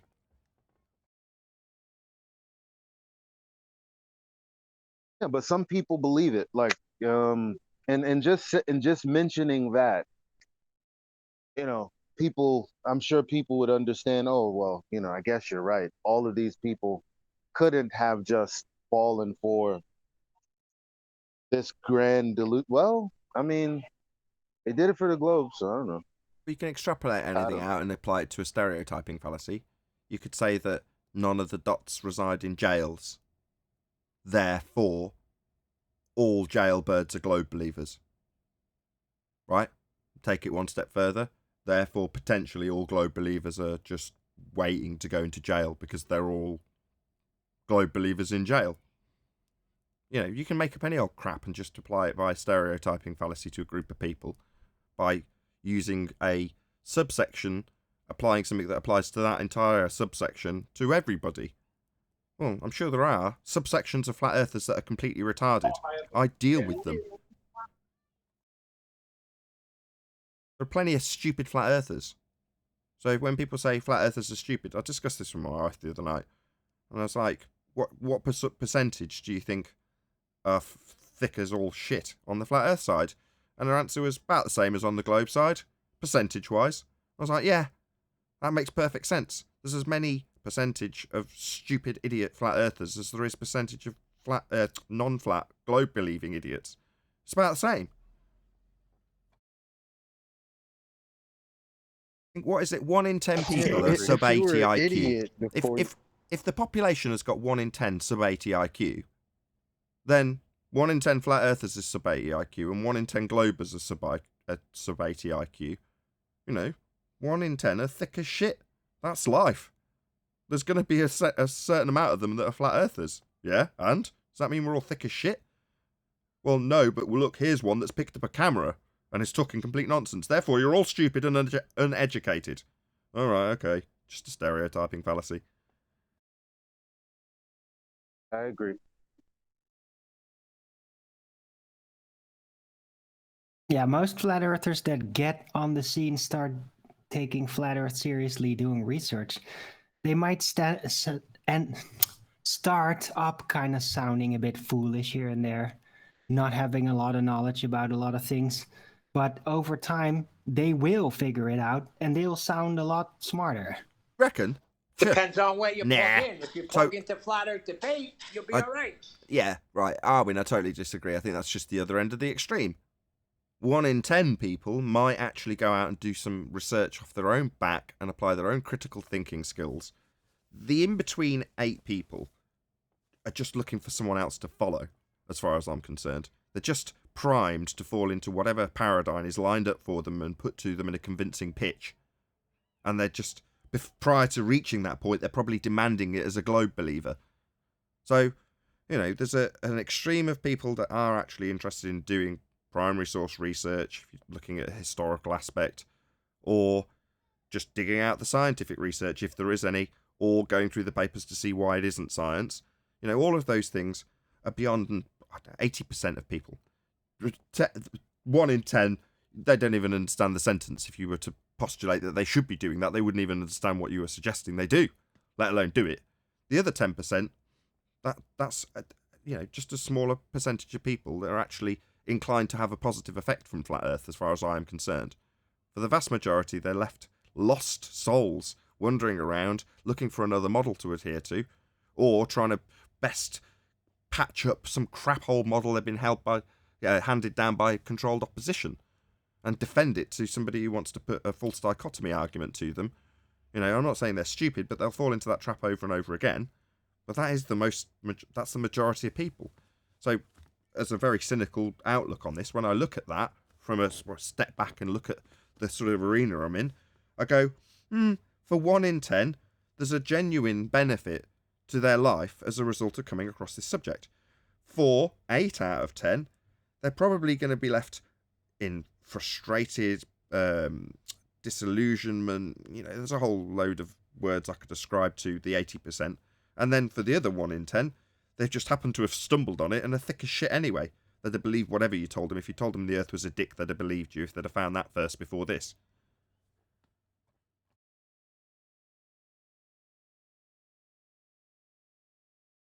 Yeah, the only real compliment I've ever gotten from globe heads, like the ones I deal with at work and stuff like that, the ones that still argue it, is that because of me, they've learned more about what they believe because they've spoken to me.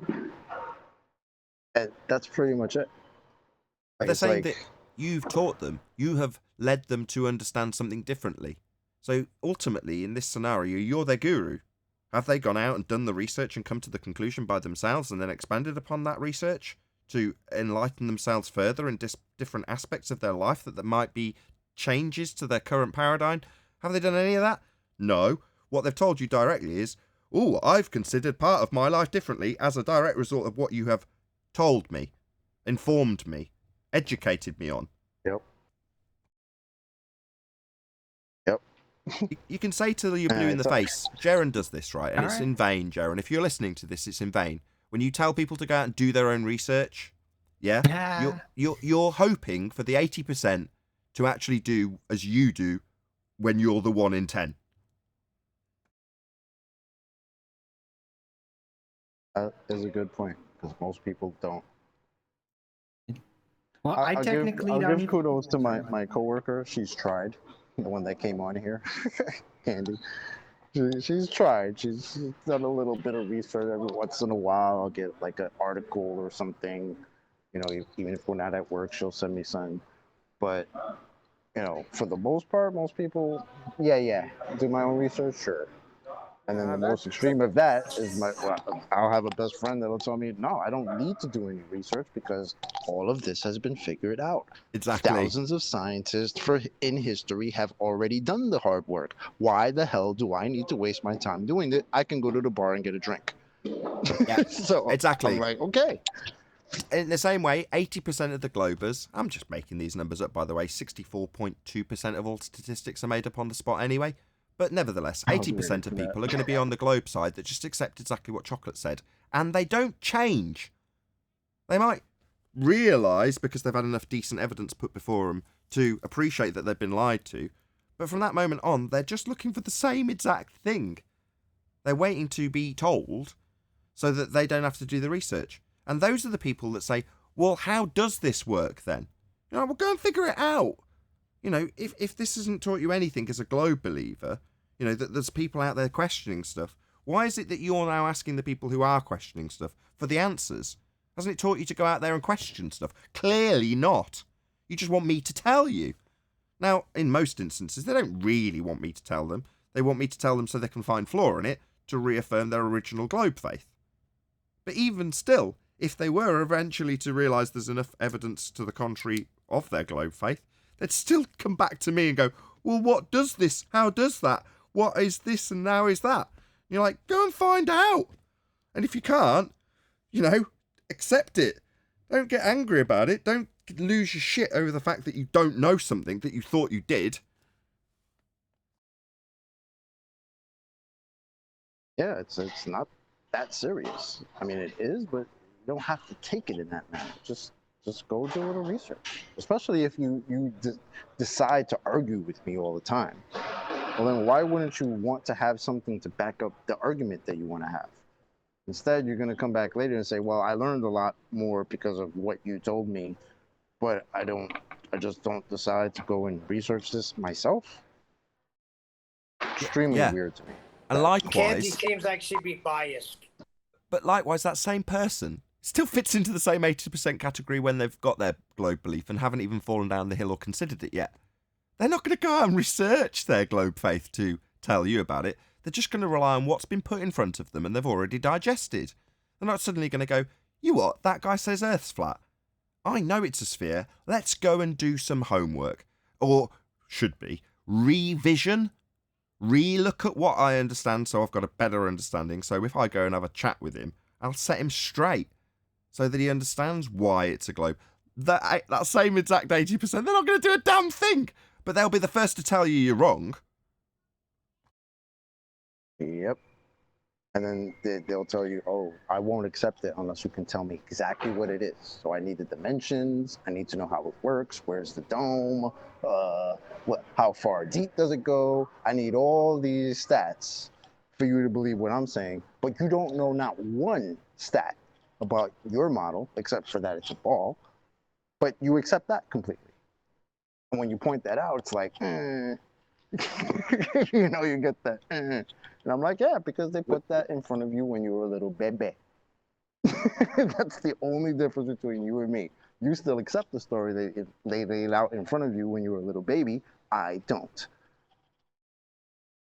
So Oh, maybe they go to YouTube, they find the Professor Dave and said, "Oh, look, one guy debunked all this stuff. Okay, I don't want to look into it." That's actually funny. I had one dude tell me that, oh, there's this guy on the internet called Professor Dave, and blah, blah, blah. And it's just like, oh, that's cute. What did he say? Oh, I don't remember. Oh, okay, thanks. That was great. So just because of the existence of this one guy on the internet that said something against the flat earthers, apparently I'm wrong? Oh, okay. Not a problem. You can go with that if you want. A troll in my chat today, when I basically explained the black swan radius value dilemma to him, he eventually ended up insisting, so what is the radius value of flat Earth? And I actually had to word for word explain to him why the flat Earth doesn't need a radius, and he wouldn't accept it. Yeah, I demand you give me F, Arwin. What's that you want, R? Give me F! Give me F. Yeah, I Well, want F your is F 0. value. You say it's flat and demand an R value. Therefore, you must have an equivalent F value for me to take apart. It's only reasonable. All right, F value is 0. It's flat. Arvin, it could be radius on the flat Earth, but it should be round. Yeah, two-dimensional Brilliant. radius. Yeah. That's Let's not say a real from the radius, center though. point to the end, if we have something like that. What do you mean it's not a If real there is a radius? center Hold on. point, yeah. Hold on. If you ask for a radius, just say, sure, we need radii on a flat plane. We triangulate stars with it. So you're measuring the radius around the GP, from the outside edge of the sphere. Keeps mixing up my terminology. From the outside edge of the star's GP on a flat radius to triangulate. So, yeah, you want a radius. Well, tell me which GP you're talking about, and I can give you a radius of equal altitude all around that star's GP. There you go. Which radius do you want? Let's get an almanac. Okay, that's the radius of view, but not of Earth itself. You know? Yeah, That is radius of the flat Earth. Hold on, Sasha.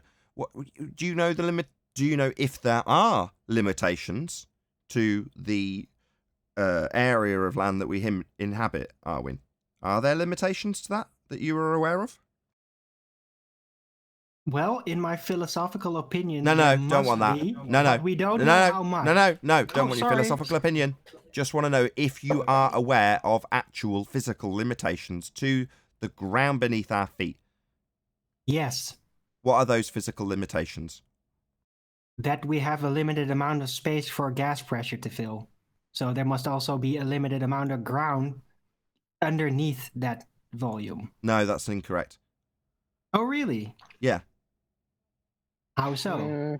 Well, because you can have dynamic systems that could expand vastly beyond the current area that we're in.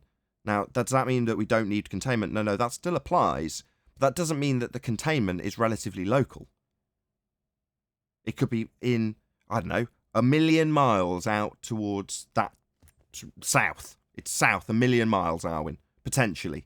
But let's just say notwithstanding that we don't know anything about the containment, right? Therefore, we can't infer a limitation to the land.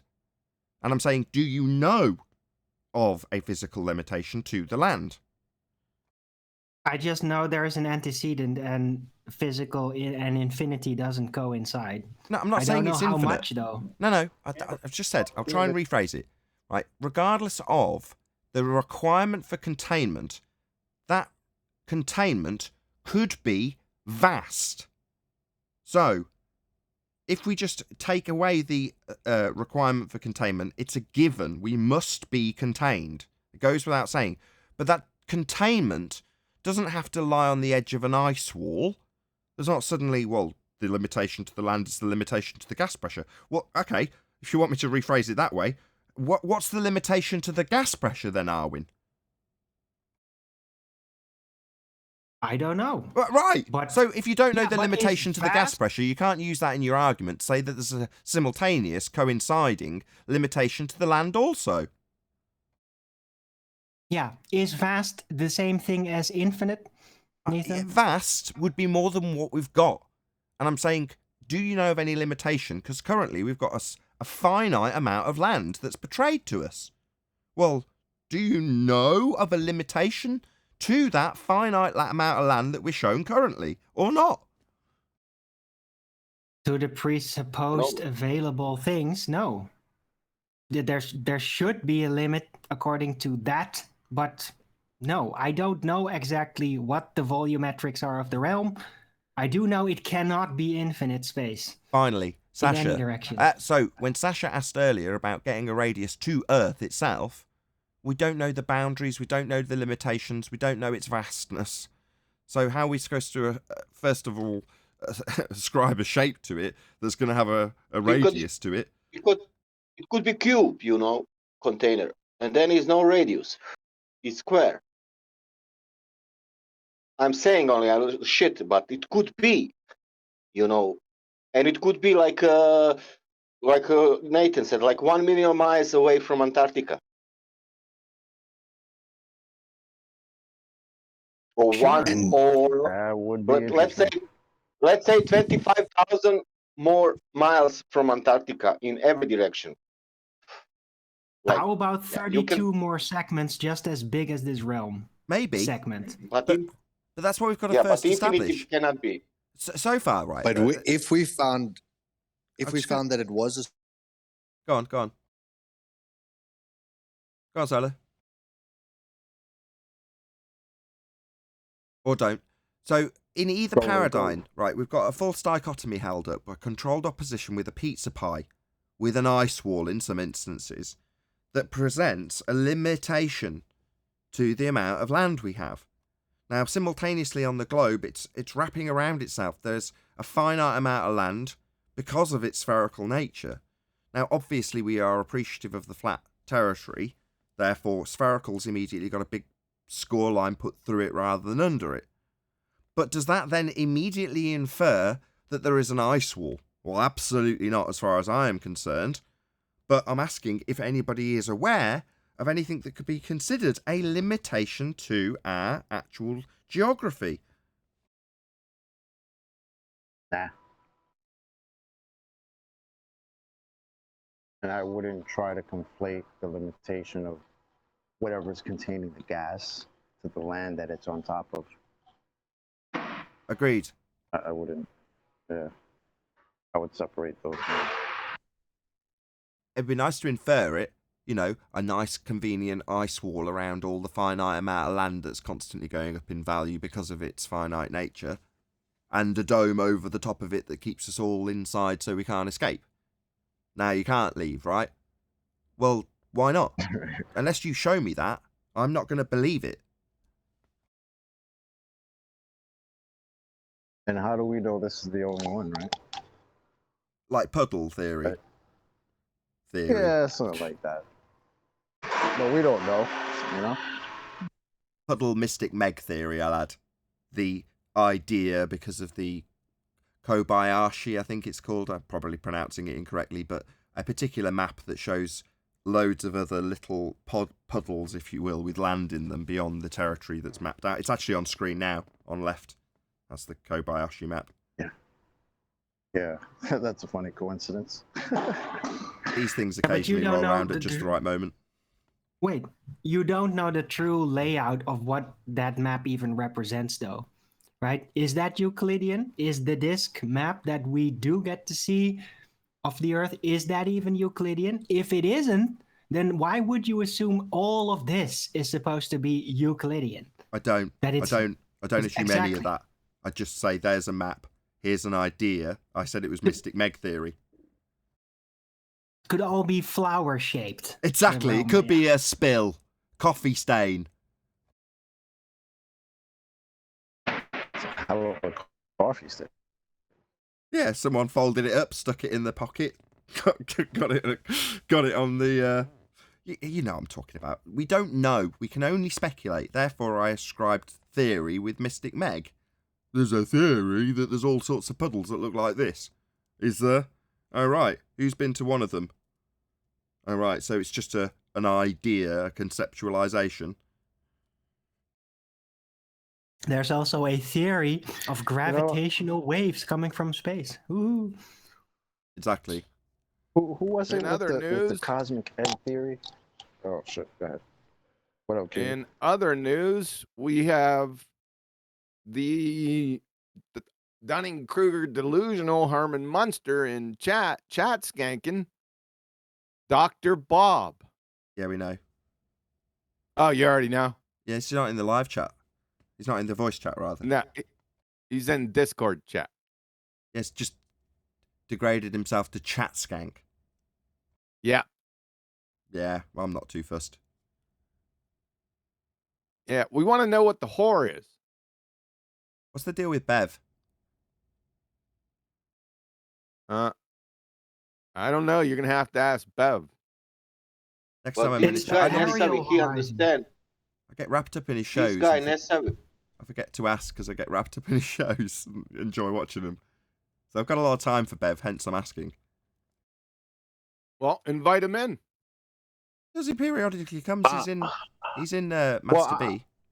Go on, Eli. Well, honestly, Nathan, we asked him what the issue was when it came to the logic behind something in question. He said there was nothing wrong with it. So we said, well, what is wrong then? And then he made a separate argument using the logical consistency, which was also fine. And so we said, okay, what's the problem then? And he said, well, he would come on the show on Monday, and he hasn't. So when he comes in, he'll tell us. Well, on Monday, No, he he released didn't it. Hold say- on. No. On Monday, he released a video where he had someone up against the wall with the Black Swan argument. I don't know. It's maybe you should ask Adam. Adam?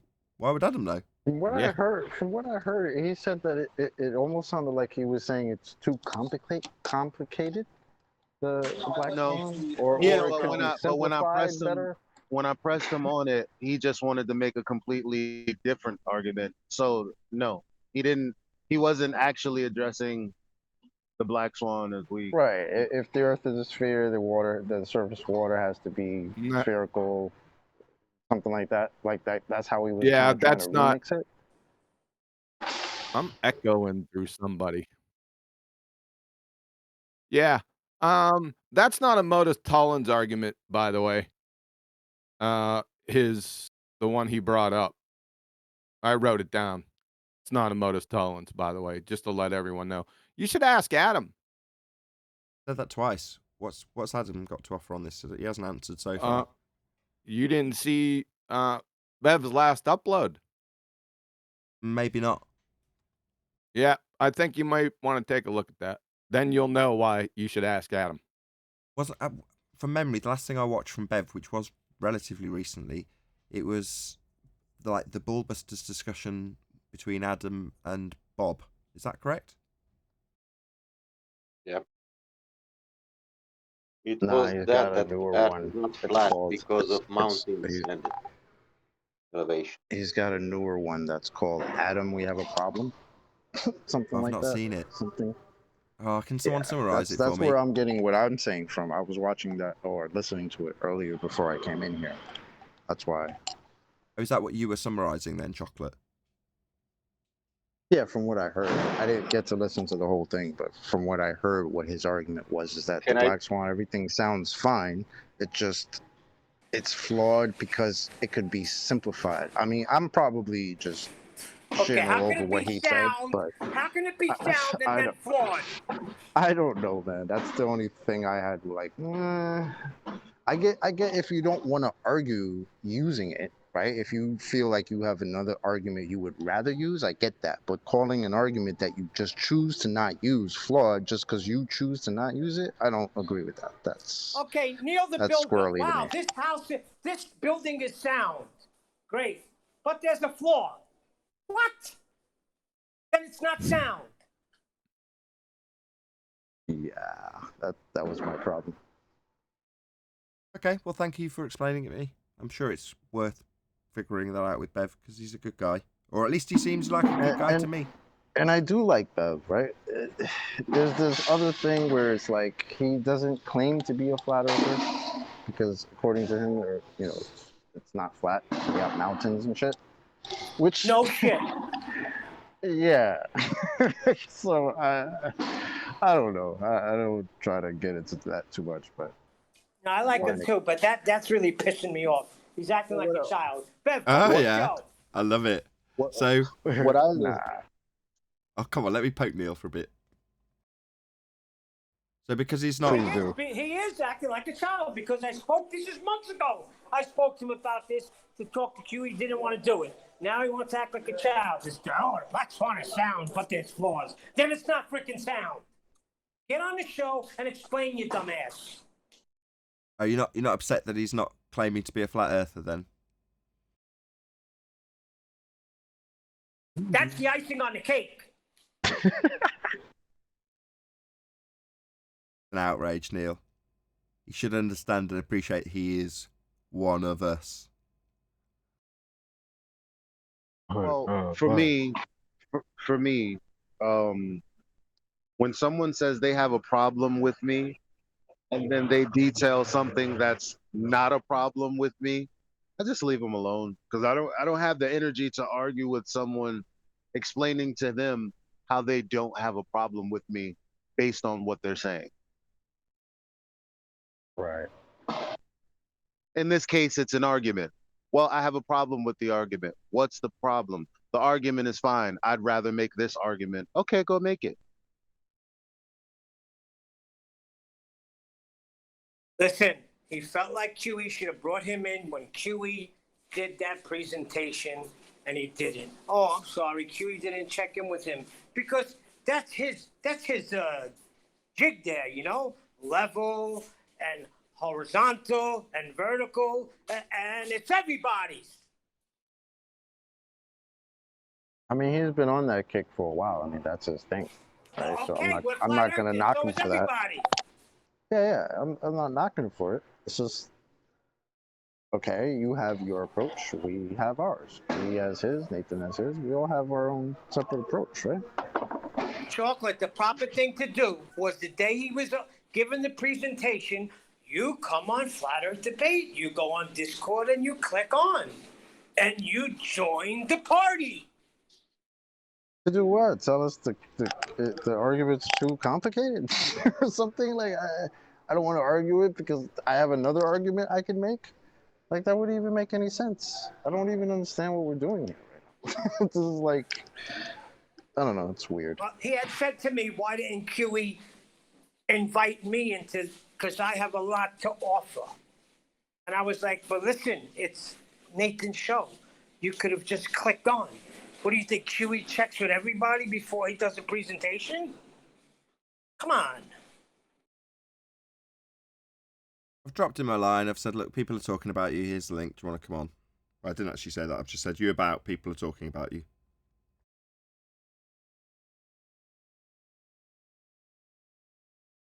Not got his Skype on, so he'll probably see it long after the show's finished.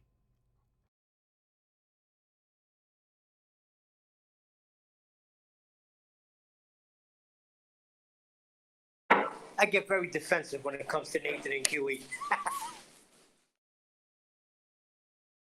Well, what about Bob? Yeah, what about Dr. Bob? Oh, boy. What about him? Bob needs help. Well, he's put out his Sextant 101 class, and we find a lot of problems with it.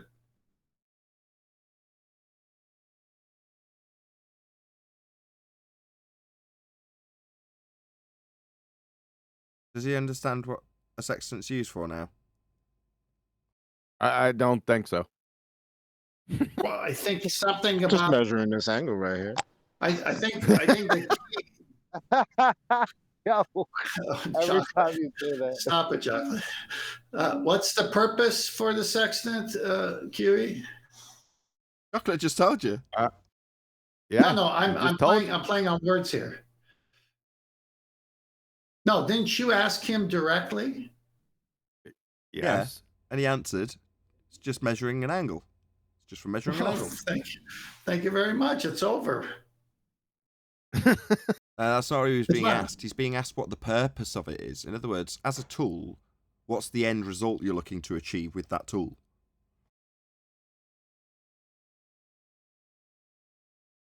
Like Yeah, I could ask the he same said- thing about a protractor, right? What's Wait a this minute, protractor use? What's the purpose of the protractor? No, but we need to pay attention to what he said previously. It has nothing to do with triangulation. And then QE asked him what the purpose is. He says to measure angles. Right, for triangulation. Well, that's what triangulation? Yeah, this is the point. He's saying what triangulation, and then when asked what the purpose of the tool is, he says it's to measure an angle. It's like, yeah, for triangulation. of the observer to the star. Yeah. Yes. You're high pitched. It means the penny's dropped. Yeah, he's saying not for triangulation, isn't he? 10th. It's the dumbest thing I've ever seen. Yeah, it is. Indeed. Bob the science guy. Dumb AF.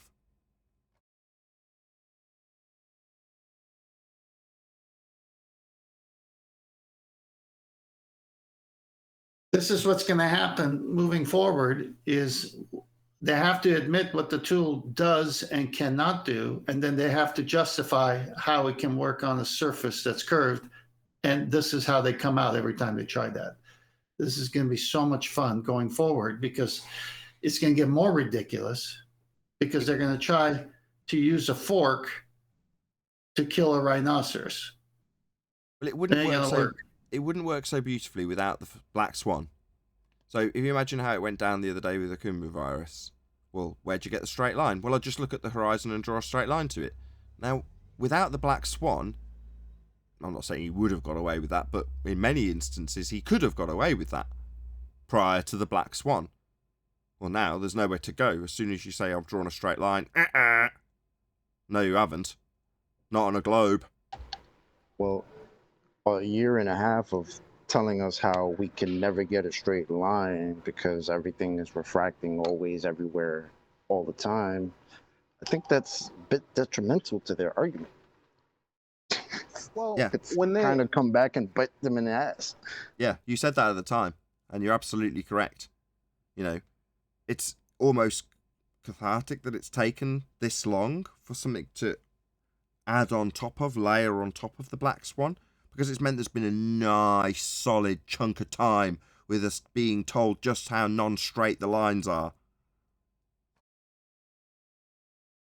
That's true, but at the same time, prior to the black swan, you literally got people cutting oranges, cutting a slice of orange, and then they're using that to explain that that's the circle around you that's flat, and then beyond that, the earth curves. I don't know how that works with, the 8 inches per mile squared, but I mean, as they've tried to describe it, because for whatever reason they're inconsistent. Why aren't they all anyway? So the circle around you is flat, even if they did have a straight line up until that point on a globe, in which the ground would begin to curve away from you. You still couldn't get a 90. It doesn't even matter. Lola, you've got a hot mic. Someone's had to serve and mute you. This whole argument started, I mean, I can't say it that way. The Sextant research started because of the black swan. And then their rebuttal to the black swan was there are no straight lines, everything's refracted, which set the stage for the biggest takedown in this arena that we're in. Because now you say, well, what about the Sextant, the tool that's been used for hundreds of years? It can only work with a straight line. Oops. How does that refraction of that bendy crane work now? Pretty clever, I think. If I could quote one of my favorite globe heads, Matthew Learns. Yeah, that straight line, I don't know what that would be on a globe. End quote. Was that when looking at the straight line used in the measurement to the horizon for the Sextant, by any chance? Yep. Yeah. Oh yeah, this was the Sextant presented to him. Someone really and his said that? first response Oh yeah. Would you like me to give Nathan the audio? Oh, yes, please. Definitely. So, yeah, that's the honest I mean, it's response. just that one line. Well, It's no, not that a actually whole- shows a good comprehension level for his own claim. Well, I don't know where you're going to get that straight line from. I don't know how that's possible on a globe. That means he, at a base level, at least understands his own claim. That's right, my friend.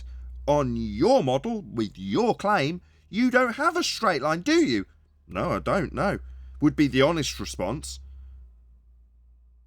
Compare that to the Akum virus response. I just draw a straight line to the horizon because I've got a straight line now and I need one. So I just conjure one and decide that the horizon's straight now. As opposed to, yeah, I don't know where I'm going to be getting that straight line from on a globe with no straight lines. Yeah, Matthew would never lie like that. He really no, for real, he wouldn't. He comes in and he says that it's his belief. It did when we were like, yo, you know that you're begging the question. Yes, I know. Yes, I know it's a belief. It's hard to accept that it's why I'm, he teaches, so it is what it is. But when we said that, and he said, I don't know how that would work. There's no day that he's going to come in and say, hold on, it's curved. Eli, I don't know this guy, but I'm going to go out on a limb and say that because of his confessions of where typically the cognitive dissonance would set in, you're saying he will actually confess to the contradiction and then explain that it's merely his belief. I'm willing to bet that he's in less cognitive pain as a result of that. In other words, more chill, more calm. Am I right? Yes, he is. Yeah, he is a lot, definitely. I've heard him. Doesn't surprise me. And it's a masterpiece, by the way. Oh, juicy. Let's have a look. A shout out to you, my friend. If you know, a couple of times that Tim Osman confessed that it was just his belief, I gave him props for it. It's like, yeah, it is. It is just your belief. You want to believe the Earth's a sphere? Well, it isn't. Yeah, he comes in 20. What else is there to understand? I'm failing to see it. Yeah, I don't know what that straight line is. What it would be on a globe. So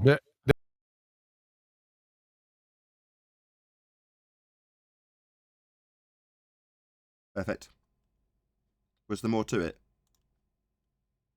That was like a few seconds, and I hit him with the snacks in the back, and I might as well pretty give much that. it. It was me queuing it badly. I'll just play the whole thing again. That's it. It's over. What else is there to understand? I'm failing to see it. yeah, I don't know what that straight line is. What it would be on a globe. So there isn't one on the globe. No, I understand. Snacks in the back. I don't know what that Did you hear that? line. Yeah, I heard that. Yeah, that was a good one. Well, okay. What would the straight line be on the globe? But what we're doing here, isn't it? Perfect. It's called the geodesic. It's the intrinsic curve. Hello. Sorry. It's called the geodesic. Sorry. So when you use a sextant, does it use a geodesic? For the radius, you use a intrinsic line. Yes. But sorry, radius are being measured with sextants now, are they? When you use a sextant, second time asking, does it use a geodesic? The GP, the radius that goes to the GP, it's a geodesic. Sorry, you think radius and geodesics are comparable? No. A radius is a straight line. What are you talking about? The answer you're searching for is no, Virus. Given that we've just had one of your compadres explaining you don't have a straight line, with his good understanding of his model and his claim, with no straight lines. Now you're explaining about geodesics. Earlier on previous shows, you demonstrated a reasonable understanding of a sextant and its use of straight lines and angles. So, scared to say it now, given that you've now had your compadre explain you don't have them anymore? Just tell us how a sextant works again, Globe Believer. What compadre? I don't have friends that do this. Your friend on the globe side admitted, because he understands how the globe works, that he doesn't have a straight line for the sextant. Is he a man of mathematics?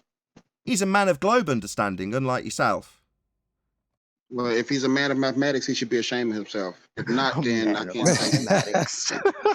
Okay, sorry. Well, Okay, no, same question to you, Virus. Virus, you're a man of mathematics. Huh? On the globe, where, pray tell, do you acquire a straight line?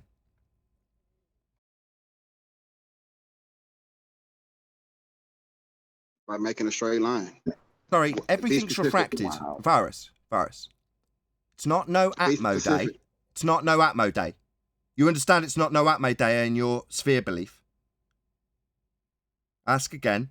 Given it's not no Atmo day on your fundy sphere belief, how'd you get a straight line? By looking. Sorry, it's not no Atmo day. By looking, it will be refracted. Virus, are you slow? By looking, no straight line. Always refraction, my friend. Do I have to explain your own claim to you because you seem to be slow? Not no Atmo day. Third time. That doesn't mean anything to what I'm saying. Sorry, we ask where you get a straight line for a geometric horizon, and we're told, what do you think we are? Stupid, we've always got atmosphere, no straight lines to acquire. I'm now saying that back to you. It's not no Atmo day, no straight lines to acquire, as we were told when we laid out your geometric paradox. So, fourth time's a charm. Given it's not no Atmo day in fundy sphere believing world, where'd you get a straight line? Not just look and see. That would be refracted on a globe, fifth time. Your vision is not refracted, light is. Well, welcome to Flat Earth. Snacks are in the back. DJ's taking requests. That's on the globe. Sorry, it's not refracted. You hear that, globe believers? No, we can look at the clock in the distance, and it's not refracted hologram. We just see the clock, don't we, Virus? Welcome to Flat Earth. Who said it's not refracted? You did. No, I didn't. So the straight line that we can get, that would be straight, not deviated from straight. We just look and it's straight, right, Virus? Welcome to Flat Earth. Straight. Your vision is straight on. Welcome to Flat Earth. Again, you've just told us your vision's straight, not refracted, not deviated from straight, not moving through sphere-shaped air. Welcome to Flat Earth. That's right, when I look at a clock in the distance, it's just a straight line to it, because I'm on a flat Earth. That's my claim, and you agree with me. That's on every model. Sorry, your model's got the clock as a hologram. Yeah, is that pain? Share it. It's on every model. Sorry, every model, your model on a globe has a clock in the distance as a slightly looming non-standard refraction hyena holographic projection of a clock from behind the reified physical sphere edge horizon. So it's refracted. It's a mirage in your model because it's a bent line to it. That's refracted, deviated from straight. Always because of atmosphere. You understand, Virus? Which one bends the corner? Light or... So, it doesn't. You've just told us it's straight. Welcome to Flat Earth. Which one bends the corner? It doesn't. You've just told us it's straight. Second time's a charm. Welcome to Flat Earth. You've just explained how it's straight. We look, it's straight. Light bends. So not straight then. So given that light's bending, where'd you get a straight line for the sextant? Original question. There's that pain. So where'd you get a straight line for the sextant? You've just explained always refracted. Yeah, we understand. You're on a globe, always refracted. Can't get a straight line. We're back to that position, you now holding it being always refracted. Vision is straight, light. So not refracted then. You seem to have a bit of a paradoxical problem on your hand, Virus. You seem to be telling us simultaneously that we can just look, see, and it's straight, but also simultaneously always refracted. Those two things are mutually exclusive, you complete idiot. Vision is straight, light is bending. Vision is straight, light is bending. Again, those two things are in complete contradiction with one another. You are fundamentally idiotic. Why would you need a mirror to So look? why are you asking me something? Is it time for me to stick you on mute and shut you up because you've run out of answers? You can't get a straight line on a curve if the light is always bending. Intrinsic. You can. How? I just told you. You said you're looking it straight. Well, therefore, when I look at a clock, according to that, it's just a straight line to it. Yeah, you can make a straight line to it. So it's not a slightly looming non-standard refraction hyena holographic projection of a clock from behind the reified sphere edge horizon you think is Earth curve. It's not a hologram from behind Earth curve. It's just a straight line to a clock, I see then. Welcome to Flat Earth. Don't matter if it's refracted or not on the globe. Sorry, it's not refracted. You just told us the line to it straight. So definitely not according to you. Are you going to now start circle jerking back to it being bent lines again? Because the clock would just be there straight line to it by your example, and that warrants welcome to Flat Earth. So now it must be refracted. So is it refracted now? No, there's that pain again. Yeah, there's that pain again. So is it now refracted? Is it a hologram of a clock, or have I got a straight line to it? Yeah, your vision is a straight line to it. So it's not a still hologram refracted. from behind Earth curve then. Welcome to Flat Earth. It's So it's not a hologram, it's not a mirage. Straight line to Chicago. You gonna let me finish? Straight line to Chicago skyline, not a mirage then. Yeah, your vision is straight to it. So it's not a mirage. Welcome to Flat Earth. Earth is flat. When you look at something in the distance, you don't have to assume it's refracted up from behind Earth curve when you just see it. According to Virus, who is now a flat earther, we just have a straight line to it. Yeah, that's welcome to Flat Earth again. How many times do I have to correct you on this, bruh? Correct me on what? You've just told me we've got a straight line to stuff. Look at it, straight line. How'd you get a straight line on a globe, you say? I look at it, I've got a straight line. Well, if I've got a straight line to the clock that was on a globe, it was being claimed to be a refracted line to it, hologram. Now you're saying the line's straight, which invalidates that claim. Welcome to Flat Earth. The clock I can just see because I've got a straight line to it. That's what you told me. You do. There's that pain again. Yeah, hey, audience. The problem Virus has is when I ask him where he gets a straight line on a globe, he tells me I just look at something and I've got a straight line to it, which stands in complete contradiction to the globe claim that we've got refracted lines to everything always. Now, the guy who we played earlier understood implicitly that he doesn't have a straight line to anything ever on a globe. So when asked where he got a straight line, he says, I don't know where you're getting a straight line from on a globe, because he can't. Now, when Virus is asked, he tells us what we say when we see things in the distance, which is that there's a straight line to it, not curved around a spherical surface, straight and flat, just like you are telling us, Virus. Welcome to Flat Earth. Well, the globe claims your vision is straight. Your globe claims vision's curved. What? Well, I didn't Are hear you what you said. listening? The You're globe mumbling. claims that your vision is straight. So when they told us that it was a refracted mirage of a clock, hello? No, they told us it was refracted mirage. They never said your vision. Sorry, they told me it was a mirage because of refracted light, you dumb shit. Don't tell me what they told me. Refracted light. Yeah, refracted, that means not straight, you stupid idiot. What does refracted mean? Not refracted vision. What does refracted mean, you dumb idiot? Bent. So not straight. Vision doesn't do Yes, so not straight. So when you tell me I look at something and I've got a straight line to it, that would mean not bent. Your vision doesn't do that. Yeah, that's right. We don't see holographic projections of clocks from behind Earth curve. That's right. We don't have that as our vision. Welcome to Flat Earth. Keep Oh my talking, God, Virus. Nathan, the globe claims your. Oh my God, blaspheme. While I welcome you to Flat Earth. Yes, straight line to things in the distance means no holographic projections of clocks. No, it doesn't. Yeah, it does. No holographic projection bent line to Chicago skyline, bringing it back above the horizon as a mirage if there's a straight line to it. Welcome to Flat Earth. You just see Chicago skyline. I just see Chicago skyline because we've got a straight line to it. That's how our vision works. Yeah, there's that pain again. Laugh it up. You need a bent line around a sphere-shaped Earth with sphere-shaped air, and that is claimed to be in effect always, never a straight line to anything. Now, that is your globe claim that you need to double speak around, because it's a problem that you're going to laugh about every time I point it out. Well, let me tell you what the globe claim says. The globe claims 7/6 terrestrial refraction in standard form.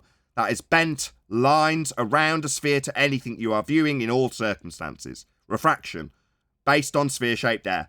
Always in effect, unless it's no atmo day, therefore no straight lines to anything. That's the original reason I asked you, where'd you get a straight line for the sextant? Okay, you gonna let me finish this time? Are you going to answer my question? Where'd you get a straight line for the sextant? Will you give us the same honest answer the other guy gave, which is you don't have one? Or are you going to tell me you just look at it and it's straight, and I'll repeatedly welcome you to flat Earth and point out that the Chicago skyline isn't a mirage then? I'm gonna give you an honest answer if you let me finish. Finish? I've asked you So where you you get a haven't been straight honest so far? line, given that all lines on a globe are always bent. You haven't answered yet. Yeah, I'm about to if you let me finish. The curve that you're seeing. Okay, god damn it, you done broke me off. Okay. Oh. Your vision is always straight. Welcome to flat Earth. To your eye, you did not let me finish. If your vision's always straight, then I've got a straight line between me and Chicago when I see it in the distance. And it's not refracted, bent line to it. You gonna let me finish? You've just told me if I look at something, I've got a straight line to it. I have responded. Therefore, straight line to Chicago then. You're gonna let me finish to respond? You're going to keep moaning about not having finished. If you say straight line to stuff, welcome to flat Earth is the immediate response you'll get. You keep cutting me off. So please let me finish my statement. When you say I've got a straight line to something as your opener, I'm going to immediately say welcome to flat Earth. Because on a globe, you don't. Light bends. Welcome to flat Earth. You can't use a sextant then. Does the light bends? Yeah, where'd you get a straight line for the sextant then? It's so You welcome me to flat Earth because light bends. Yeah, where'd you get a straight line for the sextant then? Your vision. That's bent. It's bent. No. You just told me it's Light bent. is. Sorry, Light hello? is bent. Hello? Light is bent. Yeah, so Light is where bent. do you get a straight line for a sextant on a globe? That's about the 10th time. Your vision. Your vision. Which is bent. No, your vision. So it's not bent. Welcome to flat Earth. Light is bent. So you can't get a straight line for a sextant then? Yes, you can. Where'd you get the straight line for the sextant then? Dude, we're going around in circles. This is Yeah, because you tell me that everything's got a bent line to it, always refracted in line with the globe claim. Then I ask you where you get a straight line for a sextant, and you tell me I just get a straight one. No, you don't. You're just dumb. everything. The refraction does not make everything bent. Sorry, refraction means deviated from straight. His last statement was refraction doesn't mean it's all not deviated from straight. No. If it's refracted, it means it's deviated from straight, you complete tard. Yeah, that's what light. Yeah, so you haven't got a straight line if it's refracted, and it's always refracted on a globe. Therefore, where'd you get a straight line from for your sextant? Answer, you don't on a globe.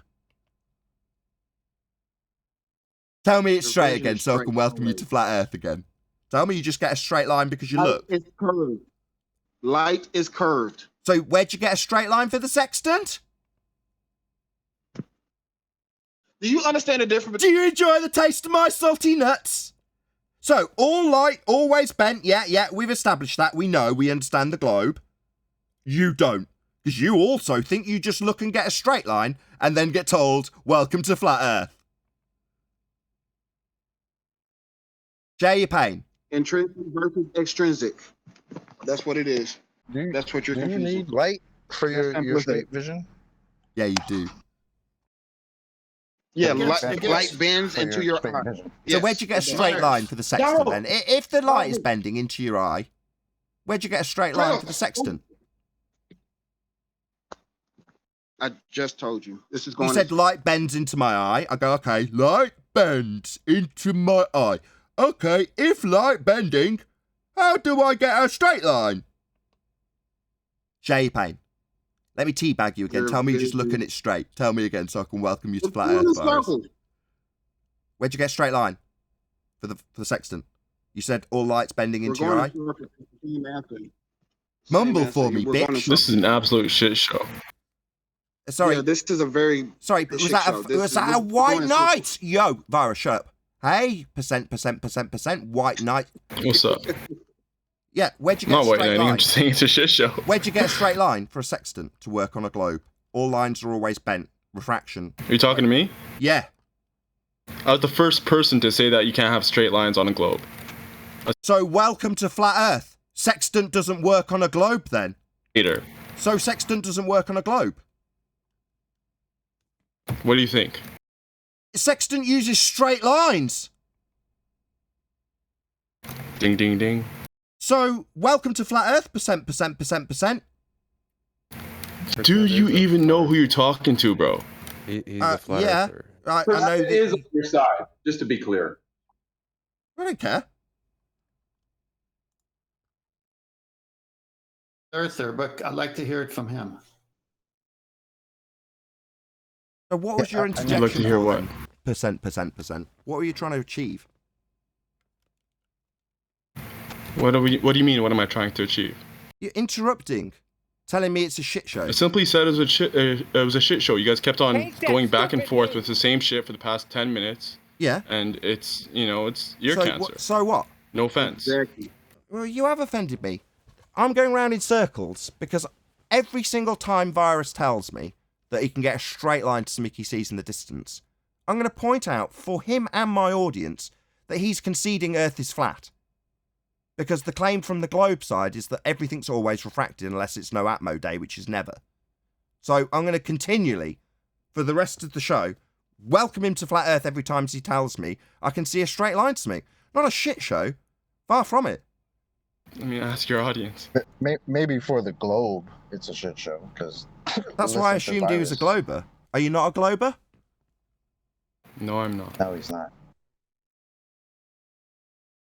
No, he's not. But let me address Virus a minute, because the words he's using is contradicting what he said a week ago.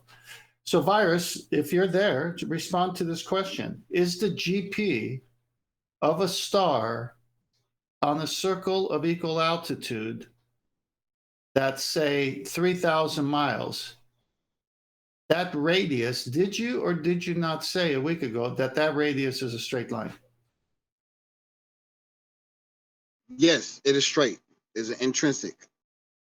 Welcome to Flat Earth. Yeah, you haven't got that on a sphere. I mean, that's on a globe, you ass. Where'd you get that straight line from? Where'd you get it from? Where'd you get it? He said this word intrinsic a number of times, intrinsic lines. Well, what the hell are you talking about, Virus?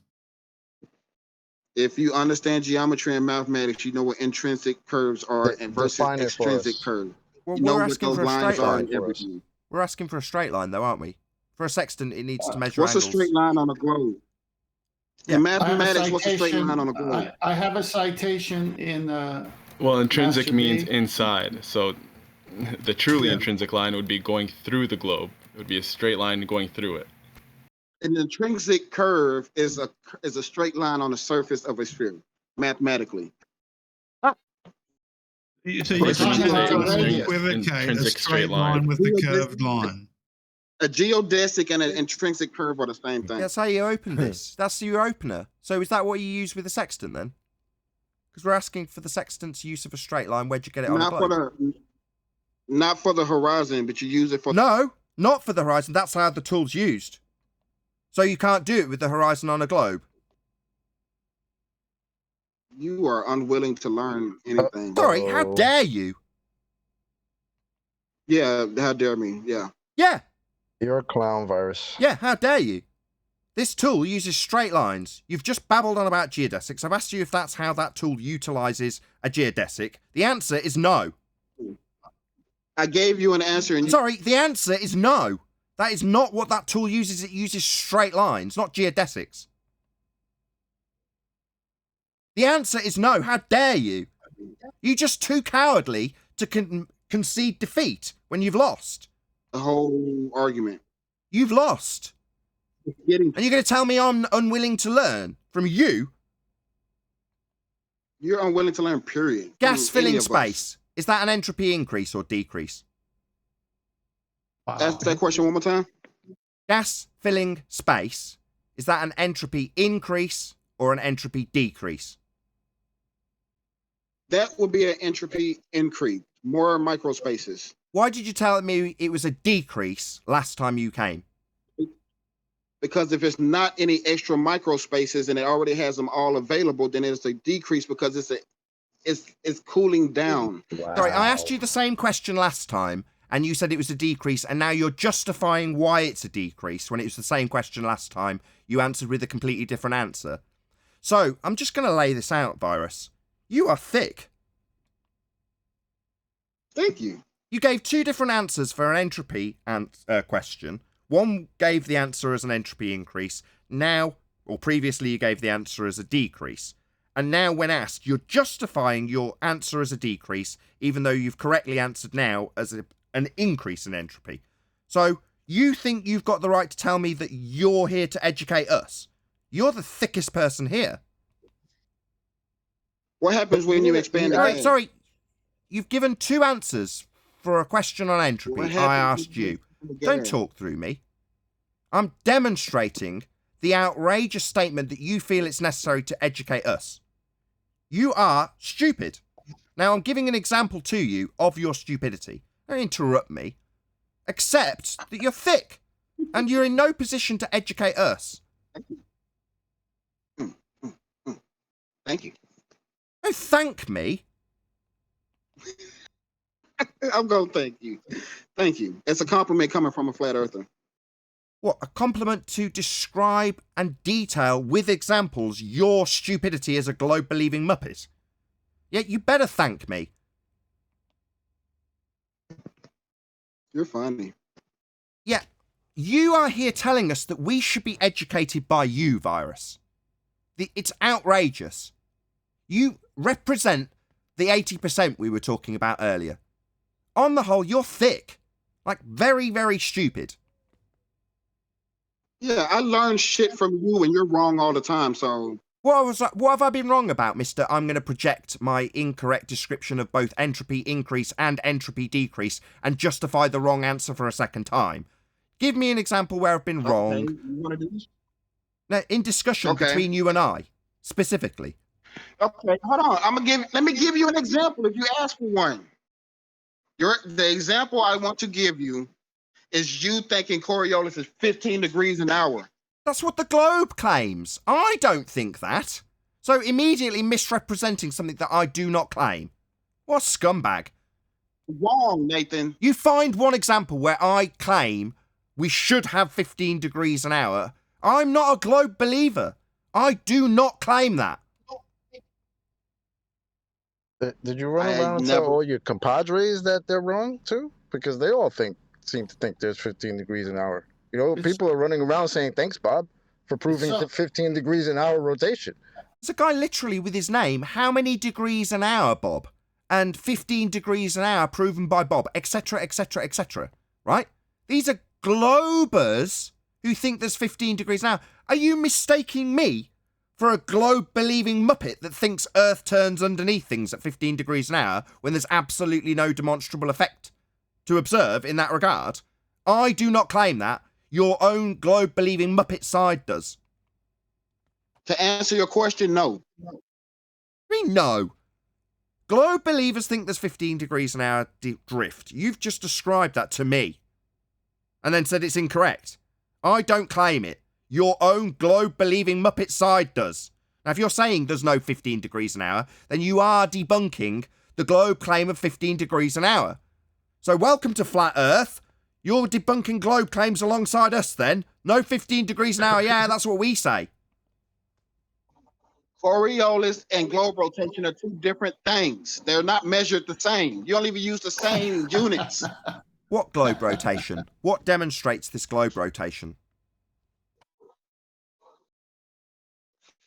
Ask that again. Damn dog What growling. demonstrates? Kratos, move! Prove globe rotation. Globe rotation and Coriolis are not the same. Yeah, I heard you the first fucking time. Now I'm asking you to prove your assumption of globe rotation.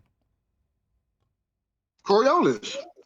You just said they're separate things and nothing to do with each other, and when I ask you to prove globe rotation, your immediate answer is fucking Coriolis. I did not say they have nothing to do with each other. You are so stupid, it's untrue. Come on. You literally just opened up by telling us that they've got nothing to do with each other, and then when I ask you how you're going to prove globe rotation, you say Coriolis. Oh, right, so intrinsically linked then, in spite of your opening disclaimer that they're nothing to do with each other. I mean, are you really this batshit insane? You need committing. Virus, just keep snatching your own wig off, bro. Go ahead, bro. We love it. This is great. Tell us how the Coriolis and the globe rotation are not the same thing. Tell us. They have nothing to do with each other. Tell us. One is caused by the other. They can't be the same thing. Oh, one is caused by the other. So Coriolis is caused by globe rotation. Okay. How much Coriolis effect will we see in a balloon? What latitude? Any latitude. Give it me in degrees an hour. It doesn't matter about the latitude if you give it me in degrees, so it doesn't matter. Just give it me in degrees. That's one of the things you're wrong with Coriolis. Sorry, in degrees an hour, how much Coriolis under a hot air balloon? That's an impossible question to answer. Well, it'd just be 15 degrees an hour if there was any. You'd just say 15 degrees an hour because that's what the globe claims. You've literally just said Coriolis is a result of Earth rotation. So how much Coriolis in a balloon as a result of Earth rotation? I'll tell you, none! Okay, so how about... Okay! So you've claimed we can prove Earth with Coriolis effect. Rotation is going to be provable with Coriolis effect. How much Coriolis effect are we going to see? None. Okay! Do you not know that... Are you going to ask me something immediately? No concession. He's just said we're going to prove it with Coriolis effect. I ask him how much Coriolis effect. Answer, none. Now it's time for a question of me. Coriolis is latitude. We haven't got any. Okay? We haven't got any. No question, I'm just going to tell you.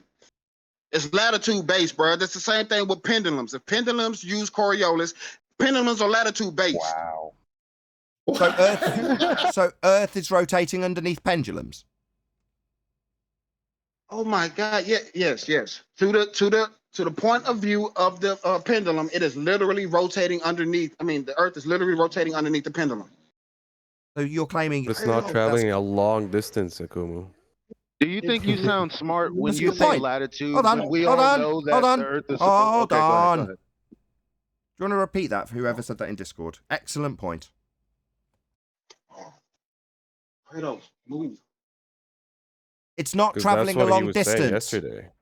Not traveling a long distance. He held Virus. on to that. Sorry. It's not traveling a long distance, Virus.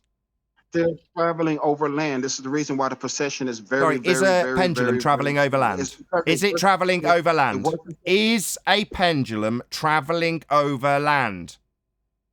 Yes, back and forth. No, it's attached to it. No, it's not traveling anywhere. No, it's attached. It's not traveling anywhere. No. Stop fundy muting me.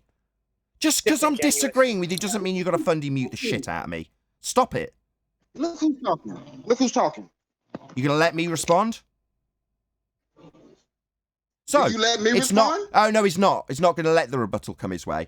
So it's not moving anywhere. It's in a fixed location. I'm nicer than you. Oh, you're just not gonna let me. Not gonna let a rebuttal come your way, coward. Chill the fuck out, Kratos. Mutter for me, bitch. It's not moving anywhere. It's in a fixed geographical location. It's not traveling a long distance. It's not traveling at all. Your citation that you made Chocolate read out yesterday made it specifically clear that it had to be traveling. That's not applicable, Virus. What are you talking about? If you look up the calculator for Coriolis, they will have latitude in there. Sorry, what's that got to do with it traveling? It is a latitude based. Sorry, it's not moving. it's just going to be ignored. It's time to kick you out. You're ignoring my point. You're ignoring me. You at least let me. Sorry, latitude's got nothing to do with the degrees of deviation per hour. Look up the calculator for Coriolis. But why are you telling me to look up the calculator for it? Look up the formula. Look up the formula for it. What formula? It has angular velocity in there. Oh, really? What angular velocity is it giving it? Is it based on a degree per hour? Yes. Oh, right. It's how many degrees per hour claimed on a globe underneath something that's travelling a long distance? That was your argument yesterday. The balloon wasn't travelling a long enough distance, according to you. And then we established quite quickly that balloons can travel significant distances, thousands of miles in some instances. So that debunked your rebuttal, which was to say it wasn't travelling a long enough distance. Well, this example isn't travelling any distance. You're yet to respond to that. You just keep talking about latitudes. They're literally If in it's motion. at a different fundy mute time, if it's at a different latitude, it won't make any difference to how far it travels. It won't be travelling a long distance if it's at a different latitude. It's not travelling any distance. That was your objection yesterday. Now, I'd like you to address that rather than constantly muttering through me and ignoring every word and moving on to latitude arguments that are irrelevant because it's not moving at all. That was your rebuttal yesterday. Do you want me to address this or not? Okay, so a Procon pendulum is constantly in motion. Now, if it wasn't in motion, it would be just sitting still. It is constantly in motion. There's a reason why you use big pendulums, because they cover a little bit of land over and over and over constantly. This is completely different from something just going straight up into the air. It's not traveling, though, you fucking muppet. Wow, man. It's moving in motion. Back and forth. The pendulum That changing doesn't latitude mean while it's swinging? traversing Over a anything, fucking you fucking retard. You dumbass. So Well, hold on. When, I'm when a I dumbass. brought You're up in a the coma, balloon- you fool. That's Well, right. you're a little Hello. when I dumbass. You're a when I fucking brought up the moron. balloon, Okay, right. Hold on. when I brought up the balloon, and you said okay, and I asked you, is that a far enough distance? No, Right? it's not. So- And it doesn't move back and forth So either, it's not. Chauncey. So hold on. So if 5 miles or 5,000 miles is not a long enough distance, don't you think that a pendulum that's just rotating back and forth in one space is definitely not a long distance? Pendulums How don't much rotate. land is it traveling when it's going back and forth? When it all adds up? Pendulum doesn't rotate. It doesn't rotate. It just moves back and Is this forth. a serious conversation with this clown? Meanwhile, very it's not fucking travelling. Your argument was not a long enough distance. Well, Even to the point where it's like it's really just the fact that if y'all use the correct Dude, you measurements talking for about Coriolis, y'all really traveling a find long all of the distance foods with something that's attached to the fucking earth, bro? Are you serious? Okay, he is. Exactly. you use the calculator to calculate how. Harry, why are you talking about a calculator again? Every time we point out that there's a flaw in your argument based on what you said yesterday, which is that it's not travelling a far enough distance, now suddenly a mere swing back and forth, not moving anywhere, is a long enough distance. Now you haven't addressed that once. You just keep telling us to go to the maths. Move. Oh, shit hurt. You're just muttering. No, he's yelling at his dog. Fucking fighting with my dog. Chill out. I'm Okay. fighting with a dog right now. Okay, that's what you're hearing. I couldn't give a crap.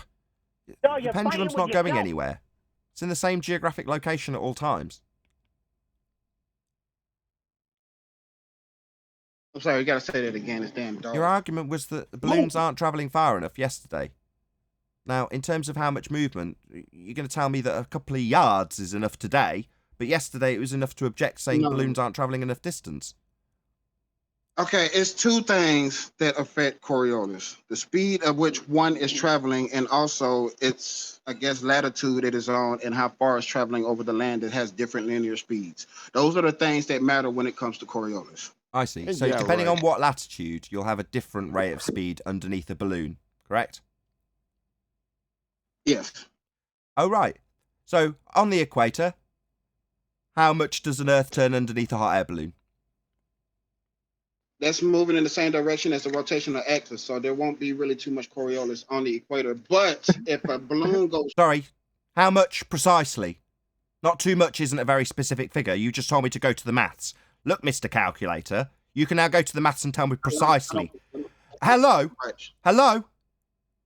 You were just telling. Hello. Is it Fundy Mute?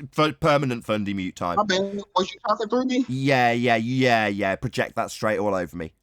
So a moment ago, you were telling us to go to calculations, your calculations for your claim. I'm asking at the equator, given that you told me to give it a specific location, and you've told me there's going to be different amounts of Earth speed underneath things to cause deflection in a hot air balloon. Now, I'd like you to go to your maths and tell me exactly how much deflection we will see under a hot air balloon on the equator. Off you pop. Okay, you really on the equator, you really shouldn't see that much. Sorry, not much is the same reply I stopped you in and said, go and give it me in exact numbers based on your calculation. I was about to actually do that before you cut me off. Right, no, you weren't. You told me it's not going to be very much on the equator, which was the exact same reply I'd already interrupted to tell me to give you exact maths for it, because it's my claim, right?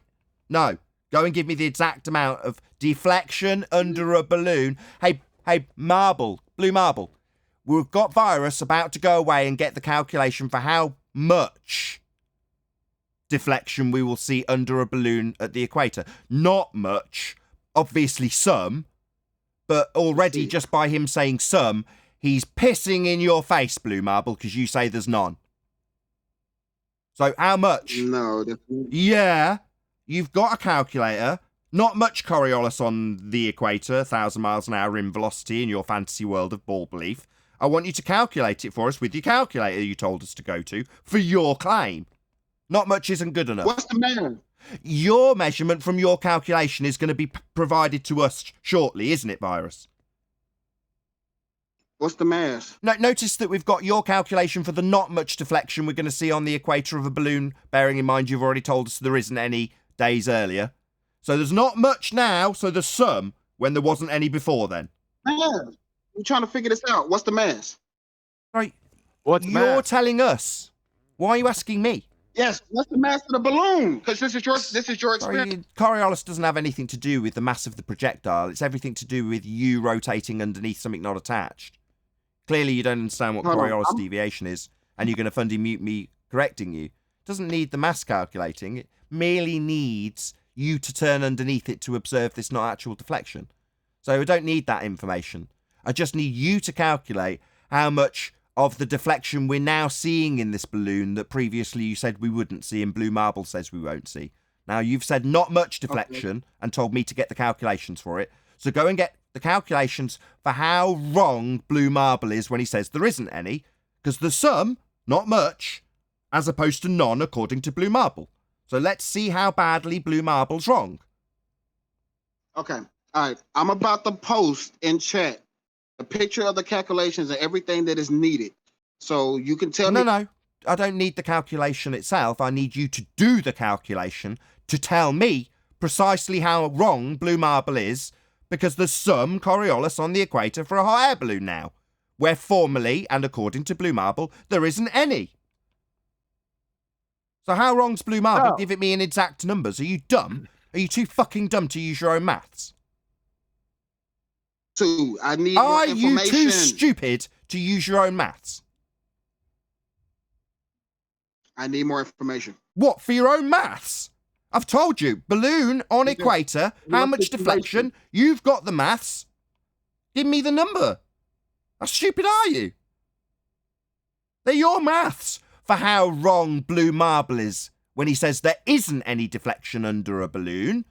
You're going to tell us just how wrong he is in an exact number, so I can present to Blue Marble your calculation based on your maths for how much Coriolis there will be under the balloon that Blue Marble says there won't be any for. Give me the number, idiot. Calculate it for us. And then when you do, I'll point out that you've told us there isn't any deflection in a balloon a couple of days ago. Blue Marble says there isn't any, and none of us observe any deflection because the balloon would go up and land in a different continent. Just by hovering. Because Earth would be turning underneath it for you to see this effect. Not much of it on the equator, not much of the non-Blue Marble says, and we don't actually experience virus. How are you getting on with the number of how wrong Blue Marble is? You're not giving me all the information I need. Equator, balloon, deflection. Formerly, you say none. Now the sum. How much? Do you know what? You say the sum now where you said there was none before. Given that you're telling us the sum, not much, in quotes, deflection on the equator, how much is there now, according to you, given that you're changing your position? Need more information. It's about your globe. You don't know the information? And what more information do you need? It's on the equator. It took off from the ground. There's, according to you, not much deflection. In stark contrast to your claim there was none, and Blue Marble's claim that there's none. So now the sum, and I want to know how much. Can't you tell us? It's your claim. Don't you know? Yeah, Mr. Math. Don't you know how much? It's your claim, you stupid idiot. What's your problem? This is your thought experiment. It's your claim, not my thought experiment. I don't think Earth's turning underneath. Do you need to reverse the burden of proof right quick? You need to reverse the burden of proof right quick and make it my claim. Do you not understand how this information works? You haven't given it me yet. What's the number? I'll digest the information when you give it me. What's the number of how wrong Blue Marble Science is when he says there's no deflection under a balloon, precisely as we all observe? None of us are observing balloons deflecting as we turn underneath them. You're saying there's some on the equator, not much. So I want to know how much. You said it. So give me the numbers. They're your numbers. Yeah, we're going to figure this out together once you give me much? the information of your thought experiments. It's not my thought experiment. It's your globe claim. Is. Sorry, why'd you This keep is your thought repositioning it as... experiment. Sorry, why'd you keep repositioning your globe claim? You claimed it under a This is gyro your a minute thought ago. Now you're experiment going to using a fundy mute me globe the whole claim. time? Fundy mute time. You claimed it under a gyro.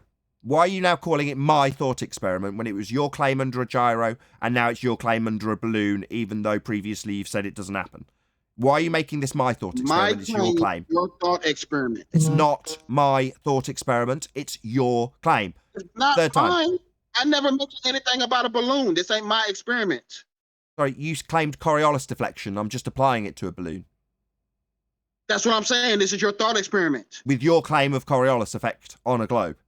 Okay, but your thought experiment. Okay, so it's me asking about your claim then, not my thought experiment, merely me asking you with examples to explain your claim.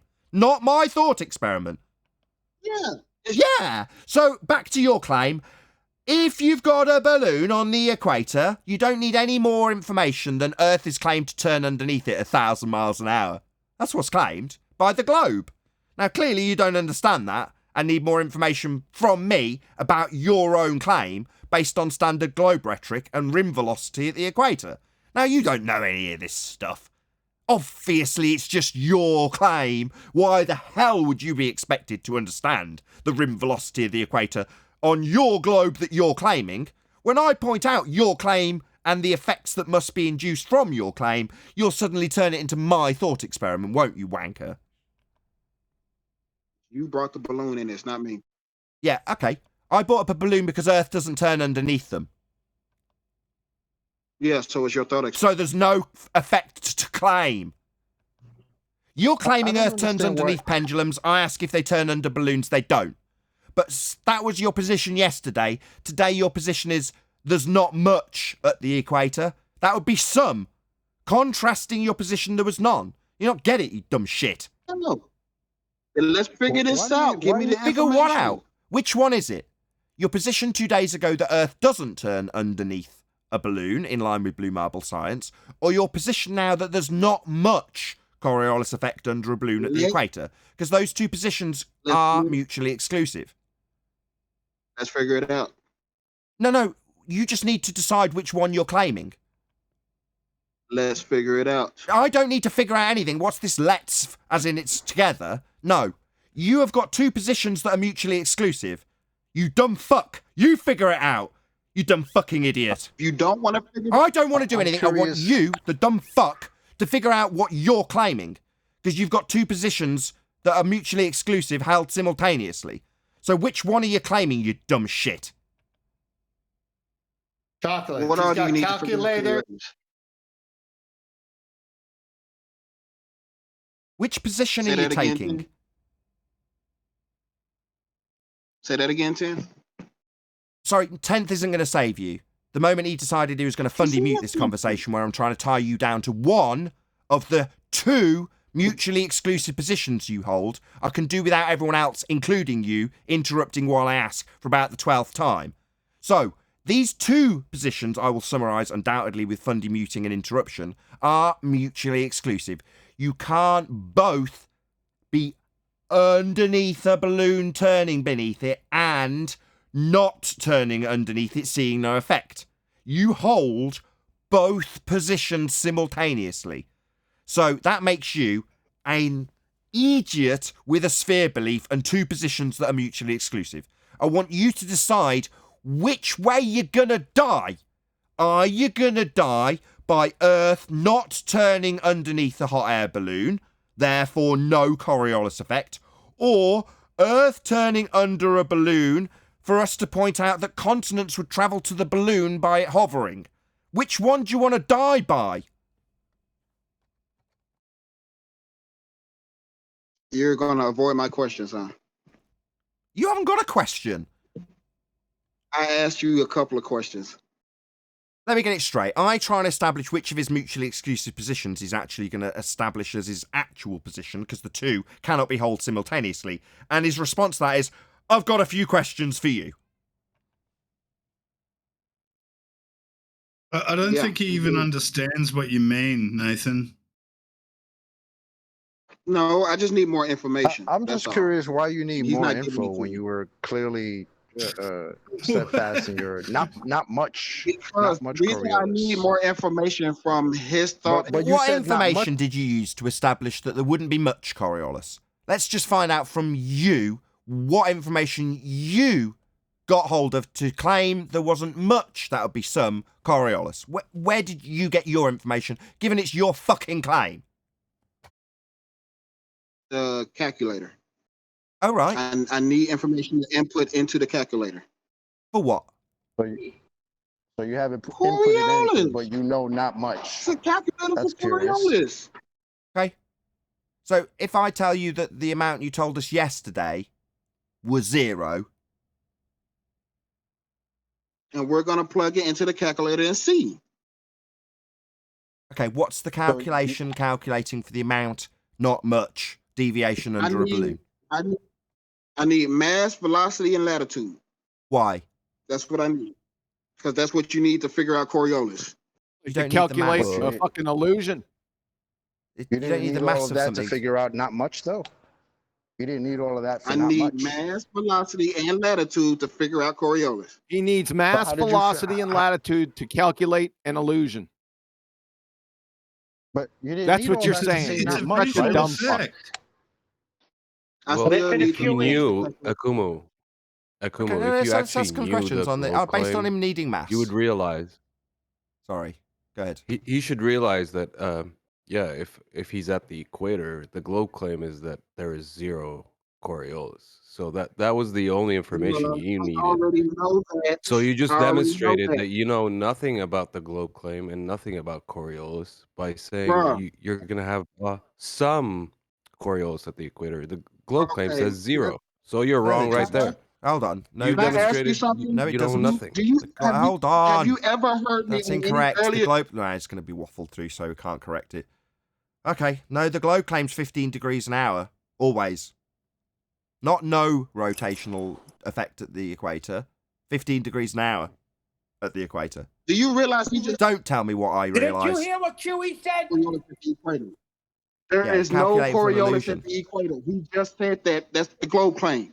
He agreed with that. That's what I've been I saying. don't give a shit what he claims. I am telling you what the globe claims, not asking your dumbass or the guy who piped up from the peanut gallery. The globe claims 15 degrees an hour. That doesn't make any difference if you're at the equator. It doesn't suddenly stop turning beneath you at the equator if you're on a fantasy spinning ball. Further to that, that effect would happen at the equator, but does not.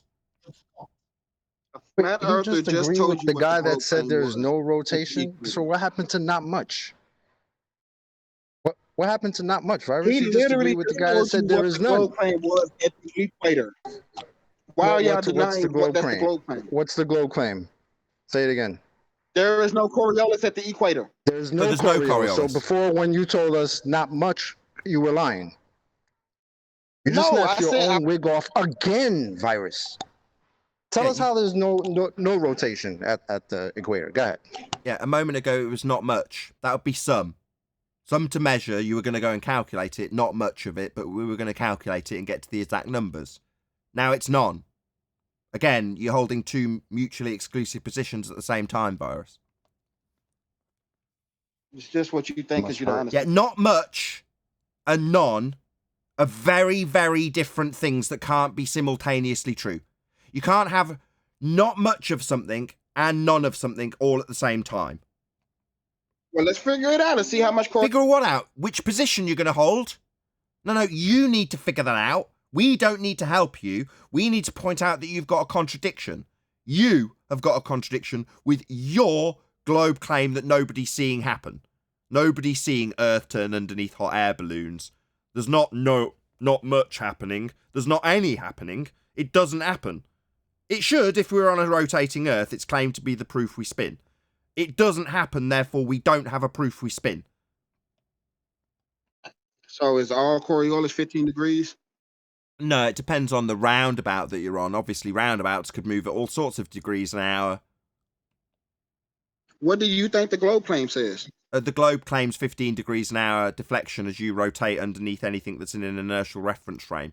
Therefore, we'd turn underneath hot air balloons at 15 degrees an hour, and we don't. So the globe claims we'll see things drift. We don't. So you think all Coriolis is 15? I think globe claims we'll have drift and we don't. You think the globe... I think globe claims we'll have 15 degrees an hour drift as we turn beneath stuff, and we don't. You could at least let me finish, bro. You could at least suck my balls. At least once after the 50 or 60 renditions of the fact that we don't have Coriolis effect. And yet the globe claims we do. Maybe that'll be repositioned as my argument. No, your argument is... I don't have one. I'm not claiming anything. Don't tell me what my argument is. I haven't had one. I'm not making a claim here. I can debunk your claim we've got 15 degrees an hour drift as Earth turns underneath hot air balloons. It doesn't. This is literally your argument. No, it's my debunking of your argument. Which is your... Your argument's 15 degrees an hour, turn of the Earth underneath as a non-inertial turning reference frame, which would induce Coriolis deflection at the tune of 15 degrees an hour. We don't see that effect. That does not happen. Earth's not turning. We don't have the effect claimed to be observed. That would be Coriolis deflection. We don't see it happen. Yeah, Coriolis isn't 15 degrees an hour. No. Well, not on a roundabout that's twirling around at a much, much faster rate. No, you're right. Of course, the globe claims we'll have 15 degrees an hour deflection as we turn beneath things. We just don't observe that to happen. Told you the globe. Dude just told you that the globe claims no Coriolis on the equator. I don't give a fuck what that guy so said. not much then, huh? So not much, yeah. Yeah, not much then. Where if he just not much then. Doesn't claim yeah, ignore us indefinitely. Not much then. Yeah, you're gonna... Not much then. You said, quote, not much on the equator. That'd be some. Yeah, so let's figure... So you were wrong then? Let's figure... So you were wrong then. Maybe let's move on. No, let's figure... No, you weren't wrong. No, chocolate's absolutely correct. You told us there wasn't much on the equator. That'd be some measurable deflection. Now you're telling us all about how the flat earther was incorrectly telling us how there wasn't any on the equator. Well, that's incorrect for a start. On your fantasy world, there is. We don't see any, that's right. We definitely don't see any of this deflection. We would if we were on a turning Earth. It's claimed to be an effect. We'd see it at 15 degrees an hour if it was an effect we could see. We just don't see it. So we don't have any proof we spin. He's not wrong. He's not wrong. All right. Oh, I don't give a crap what you think. You hold two positions simultaneously that are mutually exclusive. So why would you be the arbiter of whether or not it's right or wrong? You hold two mutually exclusive positions on this subject. That's what the globe claim is. So is the globe claim not much, or is it zero rotation? Which one is it? Rotation of what? Rotation of what? your drift, your Coriolis drift at the equator of a hot air balloon? Is it not much, or is it zero Coriolis? Coriolis isn't rotation, but we can figure this out by putting in the equation. Well, no. I'm what trying to we establish, because you told us there's not much Coriolis drift in a hot air balloon at the equator, and then my man stepped up and was like, "Nah, globe claims zero." And then you're like, "Yeah, look at him, he said zero." But you just told us 2 minutes before that it's not much. For the longest. So which one is it? Is it not much, or is it zero? Amount of time that Dude, there is virus, no virus, Coriolis at virus. the equator. That has been Don't my be a claim. dick, virus. Maybe Virus will tell you off for interrupting him. Yeah. Do you want to tell him Please off? don't interrupt me. Yeah. Maybe he was talking through the middle of your sentence. No, he was finished. I was talking. He was finished when you decided to talk straight through the middle of his conclusion. I've asked you 16 times, Virus. He's asked you twice. Hello? He stopped. He finished. No, he didn't. You just started talking straight through the middle of him. Now you're on to whether or not he's finished talking, rather than addressing the mutually exclusive positions you have, where there's not much deflection on the equator and no deflection on the equator. You can't both be simultaneously true. Which one do you hold is the question. Constant fundy muting in the middle of the question is what we've got. No, it wasn't. I was actually listening to what you were just saying. Virus. Can you be honest, Virus, for 1 minute? Damn, can you be honest? Did you tell us that there is not much Coriolis at the equator of a hot air balloon?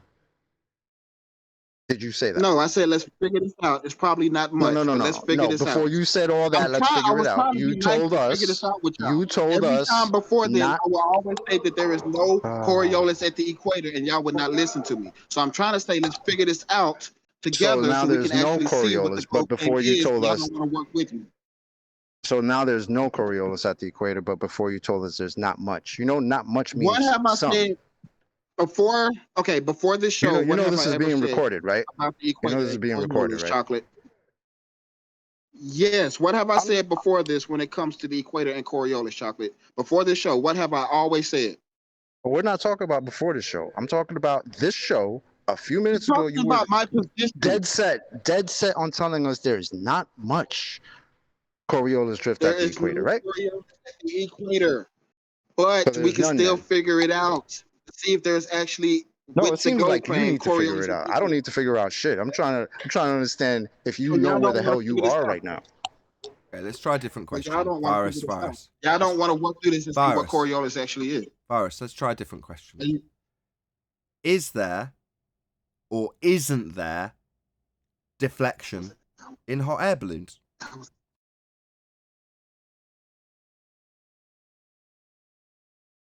Let's figure it out with the calculations. So there is some. We're going to calculate how much there is with a calculator, right? Or how much it isn't. Let's calculate it. Let's see. So which is it first? Before we calculate anything, is there deflection or isn't there deflection of items that leave a claim to be turning Earth? Which is it? There is a deflection with objects that leave the Earth and travel along this surface. Yes. Okay, perfect. How much deflection will a hot air balloon as it travels along the surface of Earth? And what units do you measure that in? Shut up! What's the latitude? You decide. Okay, all right, give me a second. While he's looking that up, we're going to get a calculation for how much Earth turns under a hot air balloon. Hope you're listening, Blue Marble. Virus is about to tell Blue Marble Science just how wrong he was.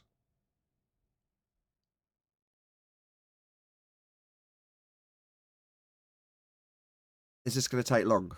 Seriously.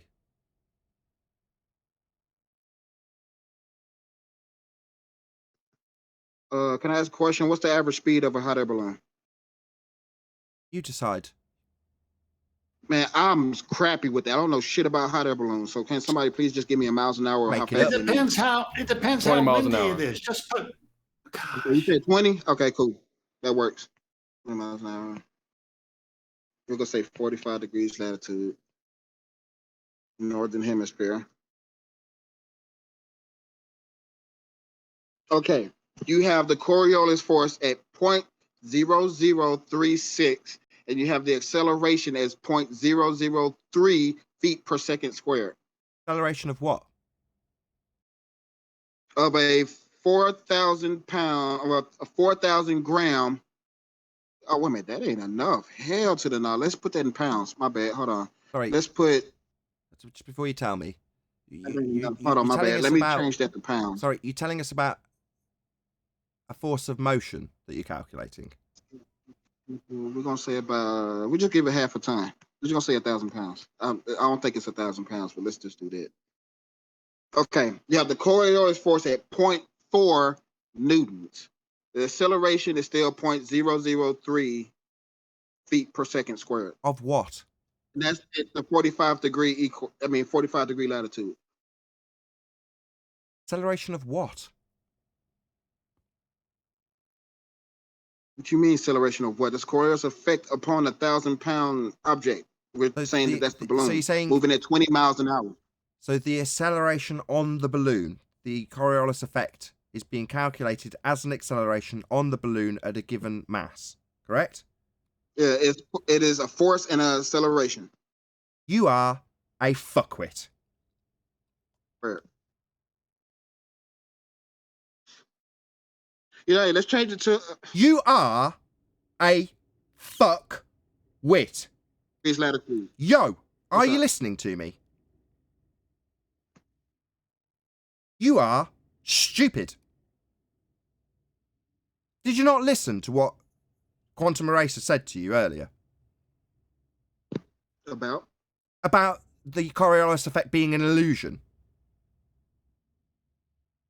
You can still calculate it. What, the force? We use. Sorry. Do you think illusions have ascribable force based on weight? Are you fucking retarded? You don't. Are you retarded? You are wasting our time, you dumb shit. You haven't got the slightest idea what you're talking about. I'm done if you're done. You are fucking done. You're going to be muted in a second after I berate your dumbass. It's a not actual deflection. That means there's no ascribable Newton force in Coriolis effect. You stupid idiot. Don't laugh at me, you dumb fuck. Awful. You stupid idiot. You haven't got the slightest idea what Coriolis effect even is. You stupid idiot. Chant it for me, Nathan. I will chant that you are thick. You've just given us a calculation for the amount of actual force applied to a balloon in Coriolis when it's a not actual effect. You're calculating the force of an illusion, you stupid idiot.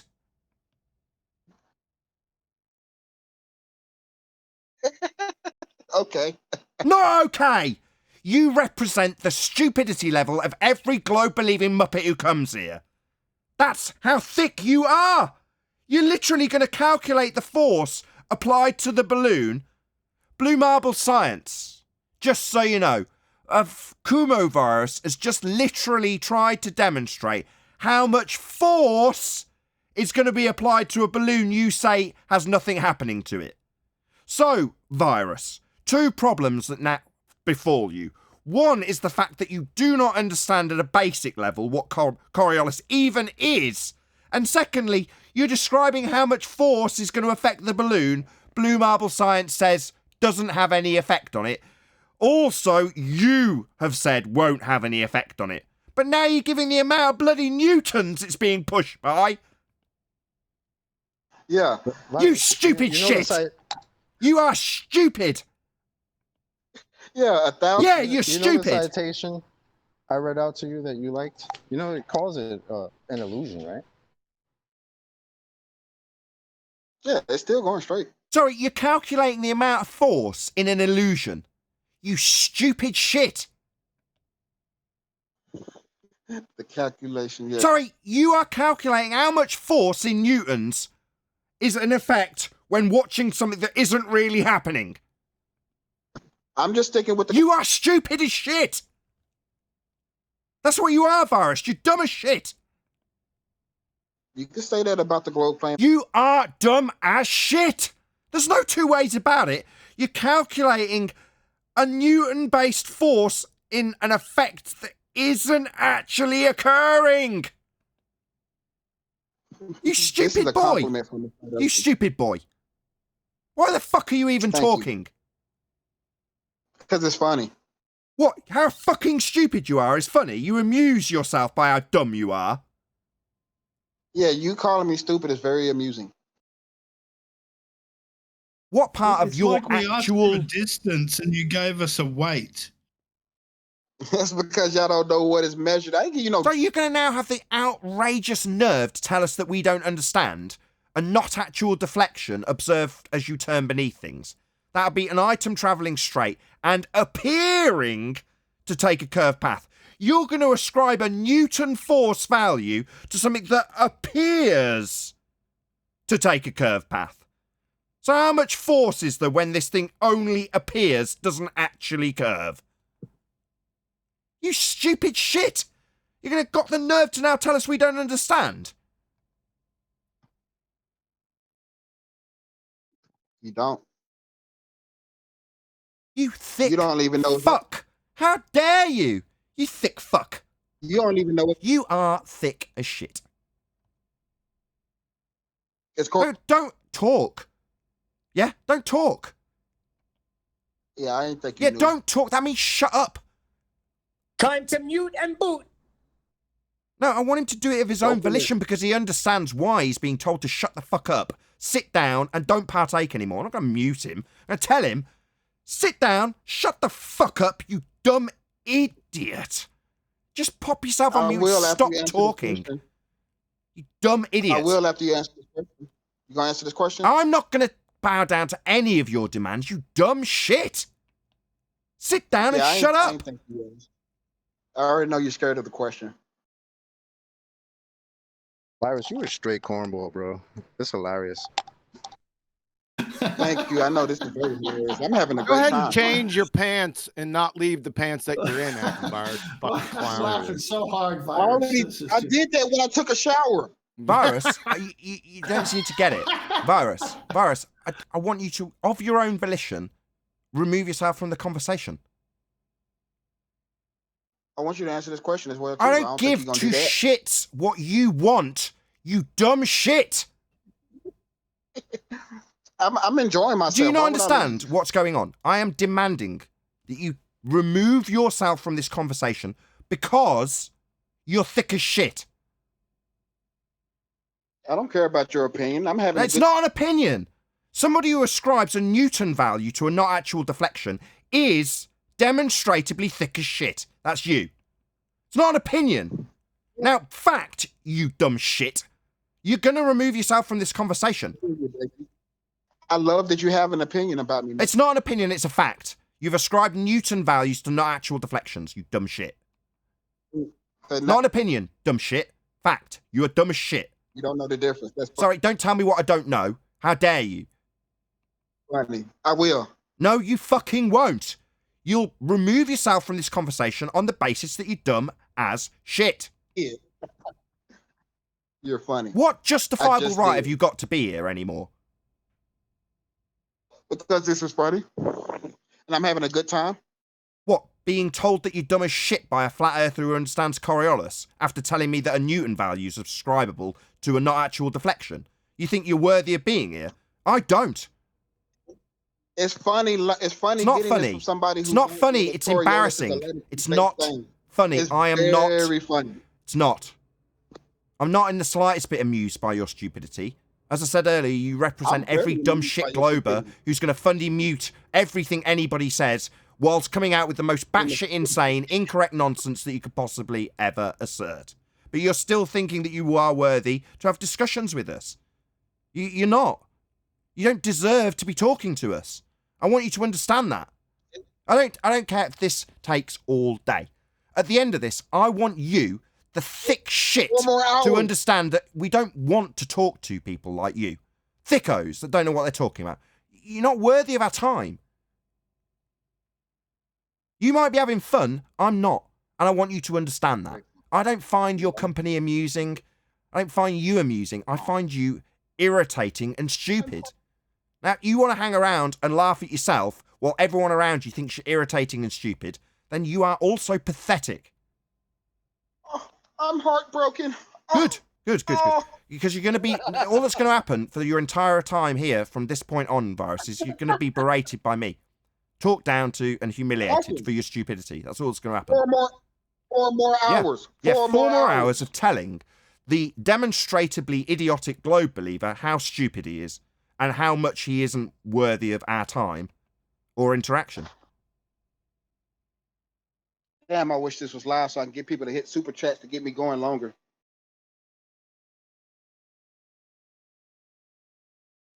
Hit that super chat, people. We finna go for 4 more hours. 4 more hours of the dumbest person here interrupting and telling everyone around him that they don't understand while he demonstrates his abject stupidity over and over again. That's entertainment to you, isn't it? I don't have to do that. Self-deprecating. Yeah, I don't have to do that. Self-deprecating masochist. We could do something else. What? With you? You won't shut up. You're dominating the conversation because I've asked you repeatedly to shut up, and you won't. You think it's amusing. The dumbest person here thinks they should have the mic. Not even when there's a gap like now. I'm in the middle of a breath. You think you need the mic before I've even finished talking. Even though I keep asking you to remove yourself from the conversation because of your stupidity. You're not helping anybody, but you think it's funny, don't you? You're not proving we spin, but you think it's funny. So what was your point being here? You were supposed to be proving you spin. In fact, you're just here for a laugh. I can prove it if you want me to. No, you've already demonstrated you don't understand what Coriolis deflection is. You've already told us that it has nothing to do with Earth turn, and then when asked how you prove Earth turn, you told us Coriolis effect, and then described it as a Newton value ascribable, not actual deflection, making you thick as fuck. You're not worthy of the conversation here. I don't think I want a second proofsy from you, so we can spend a long time with you interrupting every word everybody says, and pointing out that you're contradicting the actual globe rhetoric, so you can at the end say, oh, I'm just here for a laugh. No, you're not.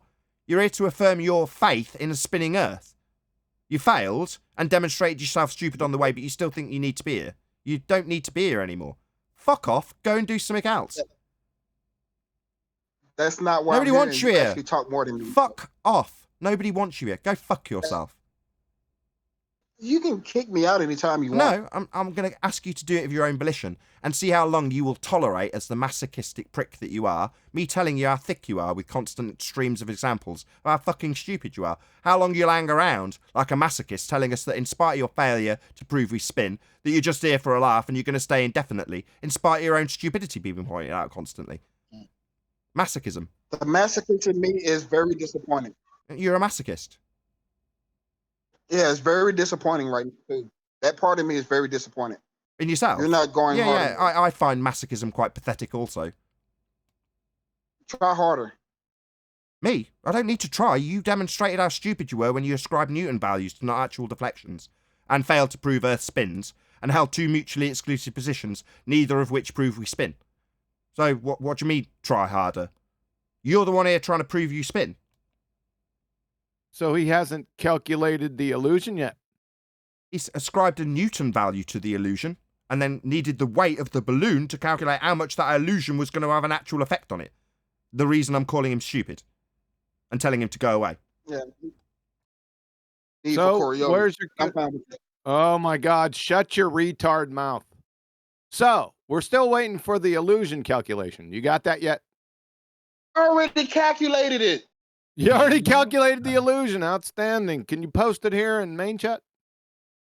This is ridiculous. Nowhere on Google or Wiki, and I looked throughout all of it, pages and pages, there is literally nowhere where Coriolis deviation can be expressed in newtons. Nowhere. Newton gets a mention. Oh, the illusion can't be expressed part of in the calculation. Huh. So you made shocking that up.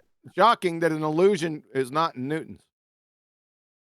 You made it up, Akumu. Admit it. You made it up. what made it up, you're one step away from a total fucking abyss drop. It's an illusion. How can you calculate an illusion, Arwen? You can't. You're but searching even- for the units of measure for an illusion, really. It's amazing. Right. That's shocking. Well, there is no mention of it anywhere, right? There is I wonder no reference why. to this. It wouldn't have anything to do with it being an illusion, would it? Well, I Yeah, it thought would. that with all the descriptions of terrestrial Coriolis, it might have been in there somewhere, but there literally isn't. Not a single mention, so he had to have made it up. And he knows it.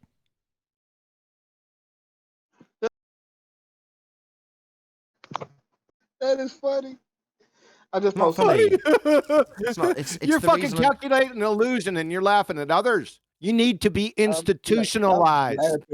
Don't overtalk me. You fucking slobber. Where's your slobber nurses at? Get them in here. Yeah, that's right. Shut the fuck up. We're done with you. Tired of listening to your fucking idiot ass. Yeah, Don't eventually. calculate an illusion. Yeah, that's what you got to do eventually, right? Got to eventually force them to remove themselves. He's not going to just say, "Okay, I accept defeat." No. He will literally demand 4 more hours of being called stupid, and every opportunity he gets to slip in that he's not wrong, he will. Where's that other numpty dipshit? Anon, come off mute. You two, you're on board with the calculation of illusion. Go ahead. Yeah, I know. He just wrote, I'm good. Yeah, you bet you're good. You coward. Dumbass cowards, all of you. Can I read it real quick? Can I read it? The please Coriolis do. effect. The Coriolis effect is an apparent effect, an illusion produced by a rotating frame of reference. Yep. End quote. Yeah, that's it. Give it me and Yeah, you. I posted it. Yep. I'm sorry, I posted it to him a number of times, and the number of people that were in here posting the calculator, and I posted the definition of Coriolis where it said it's an illusion, and I asked them to calculate an illusion. And they were asking me for the mass of the fucking balloon when they don't Right, even know what even in- mass is. Even in the globe model, if it's supposed to be rotating, the only forces that are going to be involved due to spin are on the Earth, which is the spinning object, not the air, which is supposed to be standing still. So it's a complete screw up. Terrible. An illusion. I kept saying, did you not hear QE?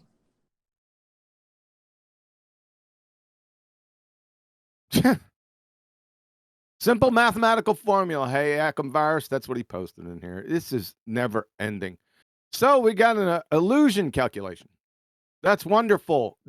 What is going to come with the baltards next? He needs to Oh, give it's that. just like refraction, isn't it? He can make a Yep. mint. He can make a fortune. You need to take that illusion calculation and give it to all the aircraft that have Coriolis meters on the bridge. Coriolis meters. Oh boy.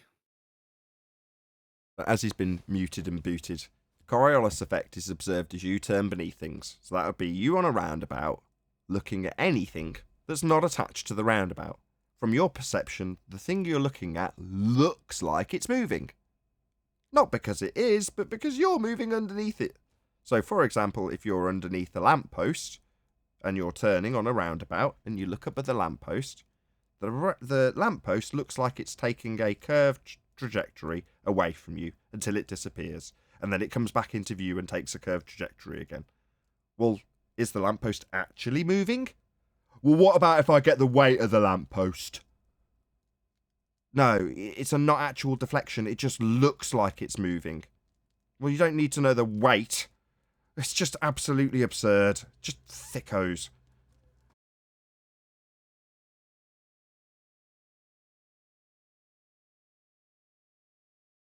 Well, thank God our vision is straight while the light bends.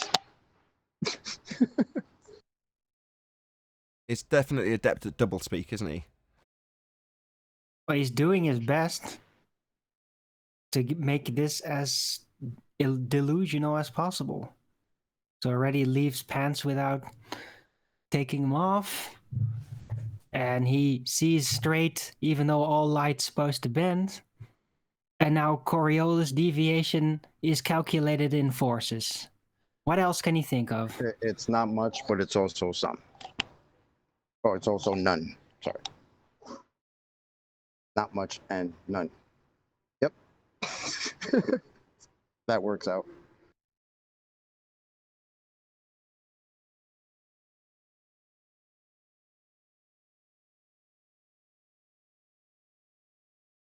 Anybody else in there think there's not much Coriolis and none, no Coriolis? Anybody?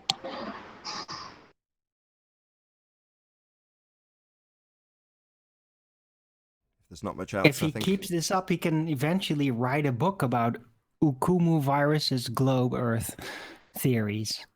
Just be the book of anti-flat Earth, I think, Arwin. But with that, I'm going to say a huge, massive, enormous thank you to both Discord and G+ panels for making today's after show possible.